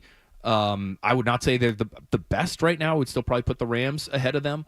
But the one thing that you have to learn these next 4 weeks is how healthy can you be going into the postseason. And so putting Will Campbell on IR, maybe it's resting Jared Wilson another week than maybe is necessary because you feel like you're getting pretty good play from Ben Brown, just to make sure you're as healthy as possible. I have a question going into the postseason really matters. If the last game of the season doesn't mean anything, do you would play Drake May in it this year? I would not. No. Nope. All right, there you go. That shows that this kid is good. Second-year quarterback. Dobbs and DeVito. Oh, sign me up now. Did you see the picture of Joe and DeVito? DeVito's not a large man. I did see that. Yeah. I did see Joe standing next to DeVito, yes. And then the agent, what's his name? He went around. Sean Stellato. Not in the photo I saw. No. What I'm saying is he was kind of he's hovering. Oh, you think? You think he might have organized that whole Mr. Sid's Somebody must have cropped the crap out of that photo there. I was just going to say he wasn't far. Yeah. No. Well, the Mr. Sid's guys were like, "What do you want us to do? We got to crop this stuff. We don't want to be associated with your fashion." Do they sell hats there? They might sell hats, but not like the places in East Detroit that I used to advertise on New Dance Show. Man, oh man, and boy, oh boy. Yep, hats. They still show it on Detroit television. There are big stores in Detroit that are like acres of hats, and they're not baseball hats. They're hats and Stacey Adams fresh shoes. Gator. If it ain't Maury, it ain't Gator. All right, very good. You lived such a white life. I swear to God, you were the problem with the world. You're xenophobic. All right, there you go. You've identified a lot of problems with the world on the show today. First was someone McAfee. says it's because I stopped taking Prozac that I'm very angry. McAfee's not a problem with the world? That the way he's manufacturing quote-unquote music? Sounds like I'm the problem now. Listen, look at you. You're just a problem. Hey, Jack. You're a problem identifier. I'm a revolutionary. I'm the MC5 of 2025. I'm being sarcastic with Phil. Phil loves everyone. I don't want to let this get away anymore. We'll probably do some emails in the next segment. But before we end this one, in case someone misses it, we have multiple messages about something sticking in your crow. And Phil and I looked at each other when you said craw. that. It's craw. Oh, my bad. He knows that. I apologize. Listen, you talk enough into a microphone. You're going to say crow instead of craw every once in a while. Well, I mean, don't think I won't. I won't. You're such an apologist. I'm trying to make amends. He's coming at me. I'm trying to respond with kindness. Right? You're making your amends over there? Yeah. No. I'm Opus Deiing myself. I'm taking a stick and hitting myself as the monks did. All right. Thank you, Phil Perry from NBC Sports Boston. Enjoy the off week. We'll be back in just a moment.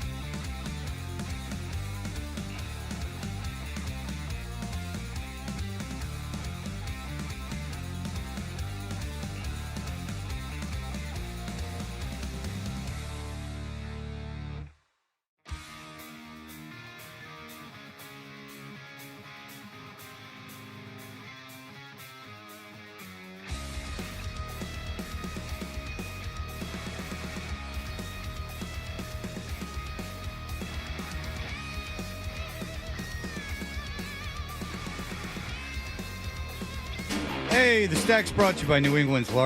That's why I'm reading it. I've been listening to you for years, and over the past week or two, you seem angrier. You were raising your voice more and calling lots of people names like dummy. You just used that for Gary Tangway. I know this is part of your persona, but these past 2 weeks I've been noticing it more because I don't like yelling, and I am very sensitive to hear it. I know it firsthand what happens when someone who's taking an antidepressant goes off their meds. He's been through that with someone in his life. Please don't take this as an insult. I'm just making an observation based on my experience. That's Dan from Lundberg, and I appreciate that, Dan. A very level-headed email that I will answer. But it's not me to answer. Do I seem angrier? I don't think you seem angrier. No. I'm still a little concerned about you altering your psychotic medications without consulting your physician first. But are you seeing any concerning, other than that, any concerning symptoms of doing so? No. You have to remember, I have had an infected tooth and had that pulled yesterday, and I feel I am in a decent mood. I don't feel myself getting angrier. I don't feel myself getting more annoyed. But that is not for me. That is also something that a panel would have to answer. A panel of people that are around me every day. Same. I don't think I certainly off the air haven't been annoyed at any of you. So I don't know. Maybe on the air I have been. Well, let's test it right now. As we were talking about podcasting earlier and the likes of Pat McAfee, someone has been added to the slate of content creators for the 2026 Winter Olympics. And that person is Kylie Kelsey. Oh, good. She'll be part of the team. Thank God. In Milan, documenting the global sporting event. Now, as you know, Jason and Travis launched their new Heights podcast, which became the world's top sports podcast. Kylie then got into the mix. My wife, Kylie. That's right. Her own podcast. Kylie Kelsey. Not Gonna Lie. Also jumped to the top of the Spotify charts. And now she will try some actual, I guess, it's not broadcasting, it's still content creation. But there's this whole creator collective in partnership with Meta, YouTube, and TikTok that NBC is putting together for the Winter Olympics. It sounds lucrative for all parties involved, and I don't have a problem with it. All I can say is I don't believe one metric that Spotify puts out, not one. What's if they hire people and then why would they not advertise them as having the most amount of listeners possible? I don't think there's anything legal at them, like in like any kind of like oversight group that checks the metrics. No, they're a privately owned and traded company, so they don't have to. They can share what they want to share. Yeah, it's not like you get Nielsen ratings and it's a third party that you have to pay for doing it, and we'll see how long that happens. But this is all just self-reported, so I don't. And they're notorious for either not reporting everything or holding back on what they're doing. So the number one podcast on Spotify doesn't mean anything. And so say that's 6-7 million listeners a day or a week or whatever the hell it is, like a show. Say it's 7 million a show. So Howard Stern would get, let's say, 15 million a show. Let's go on the middle it. Mm-hmm. I don't know if that's true. So Kylie Kelsey is tantamount in this competitive media landscape to Howard Stern when there was no internet. Okay. That's just not true. And it's not because Stern's great and she's not. No, it's because Stern was the biggest voice in media. And if he had that many listeners, then there's no way with 10 billion podcasts. My question about the podcast not that many people even listen to Spotify podcasts. Go ahead. It remains. Are you talking download numbers or are you talking about actual listening minutes? Right. Because I know a lot of people have set up automatic downloads. I've got hundreds on my phone right now of podcasts that probably go to those metrics, and I count as somebody who's enjoying and consuming these podcasts, and I listen to 1% of them that actually end up on my phone. With Spotify, that even matters at all. I don't think you have to download them. You have to do anything. I don't think you have to exist. There's nothing stopping. And by the way, why wouldn't I want podcasts to be successful? I could just go do a podcast. The more money people make at podcasts, it's just audio thing. I could do a podcast. I just make money doing a podcast. I just get a job with a podcast company. I mean, any of us could. So it's not, I just need people to be alive and consuming audio content. So it's not like I have some, like, I need podcasts to fail. Right. It's whatever. However you make your money doing this, talking into a mic. I'd rather do live radio. I much prefer the medium by a lot. I know we have to break, or they're going to show Scott running around in a circle, and we can't have that for something I could care less about. You notice I didn't even address it when he left. I cared so little about it. I did notice that I didn't even. I was just like, "Who cares? This is." You might as well have just came in as a ghost and flown around. I love Louth, but geez, Louise, I don't care if the TV. I told people him are afterward, pissed. I'm like, that's just going to make it worse. It's not going to make it worse, but it's not going to make it any better. It's almost like it didn't happen. Time I watched to it. Yeah. No, that's fine. I got nothing else to say. That'll do it for us. Everyone have a great day. Bye. Talk to you tomorrow. Toucher and Hardy on the Sports Hub. Tune into Felger and Maz every Monday afternoon all football season long for their Miller Lite moment of the game. Miller Lite, celebrating 50 years of Miller time and making the game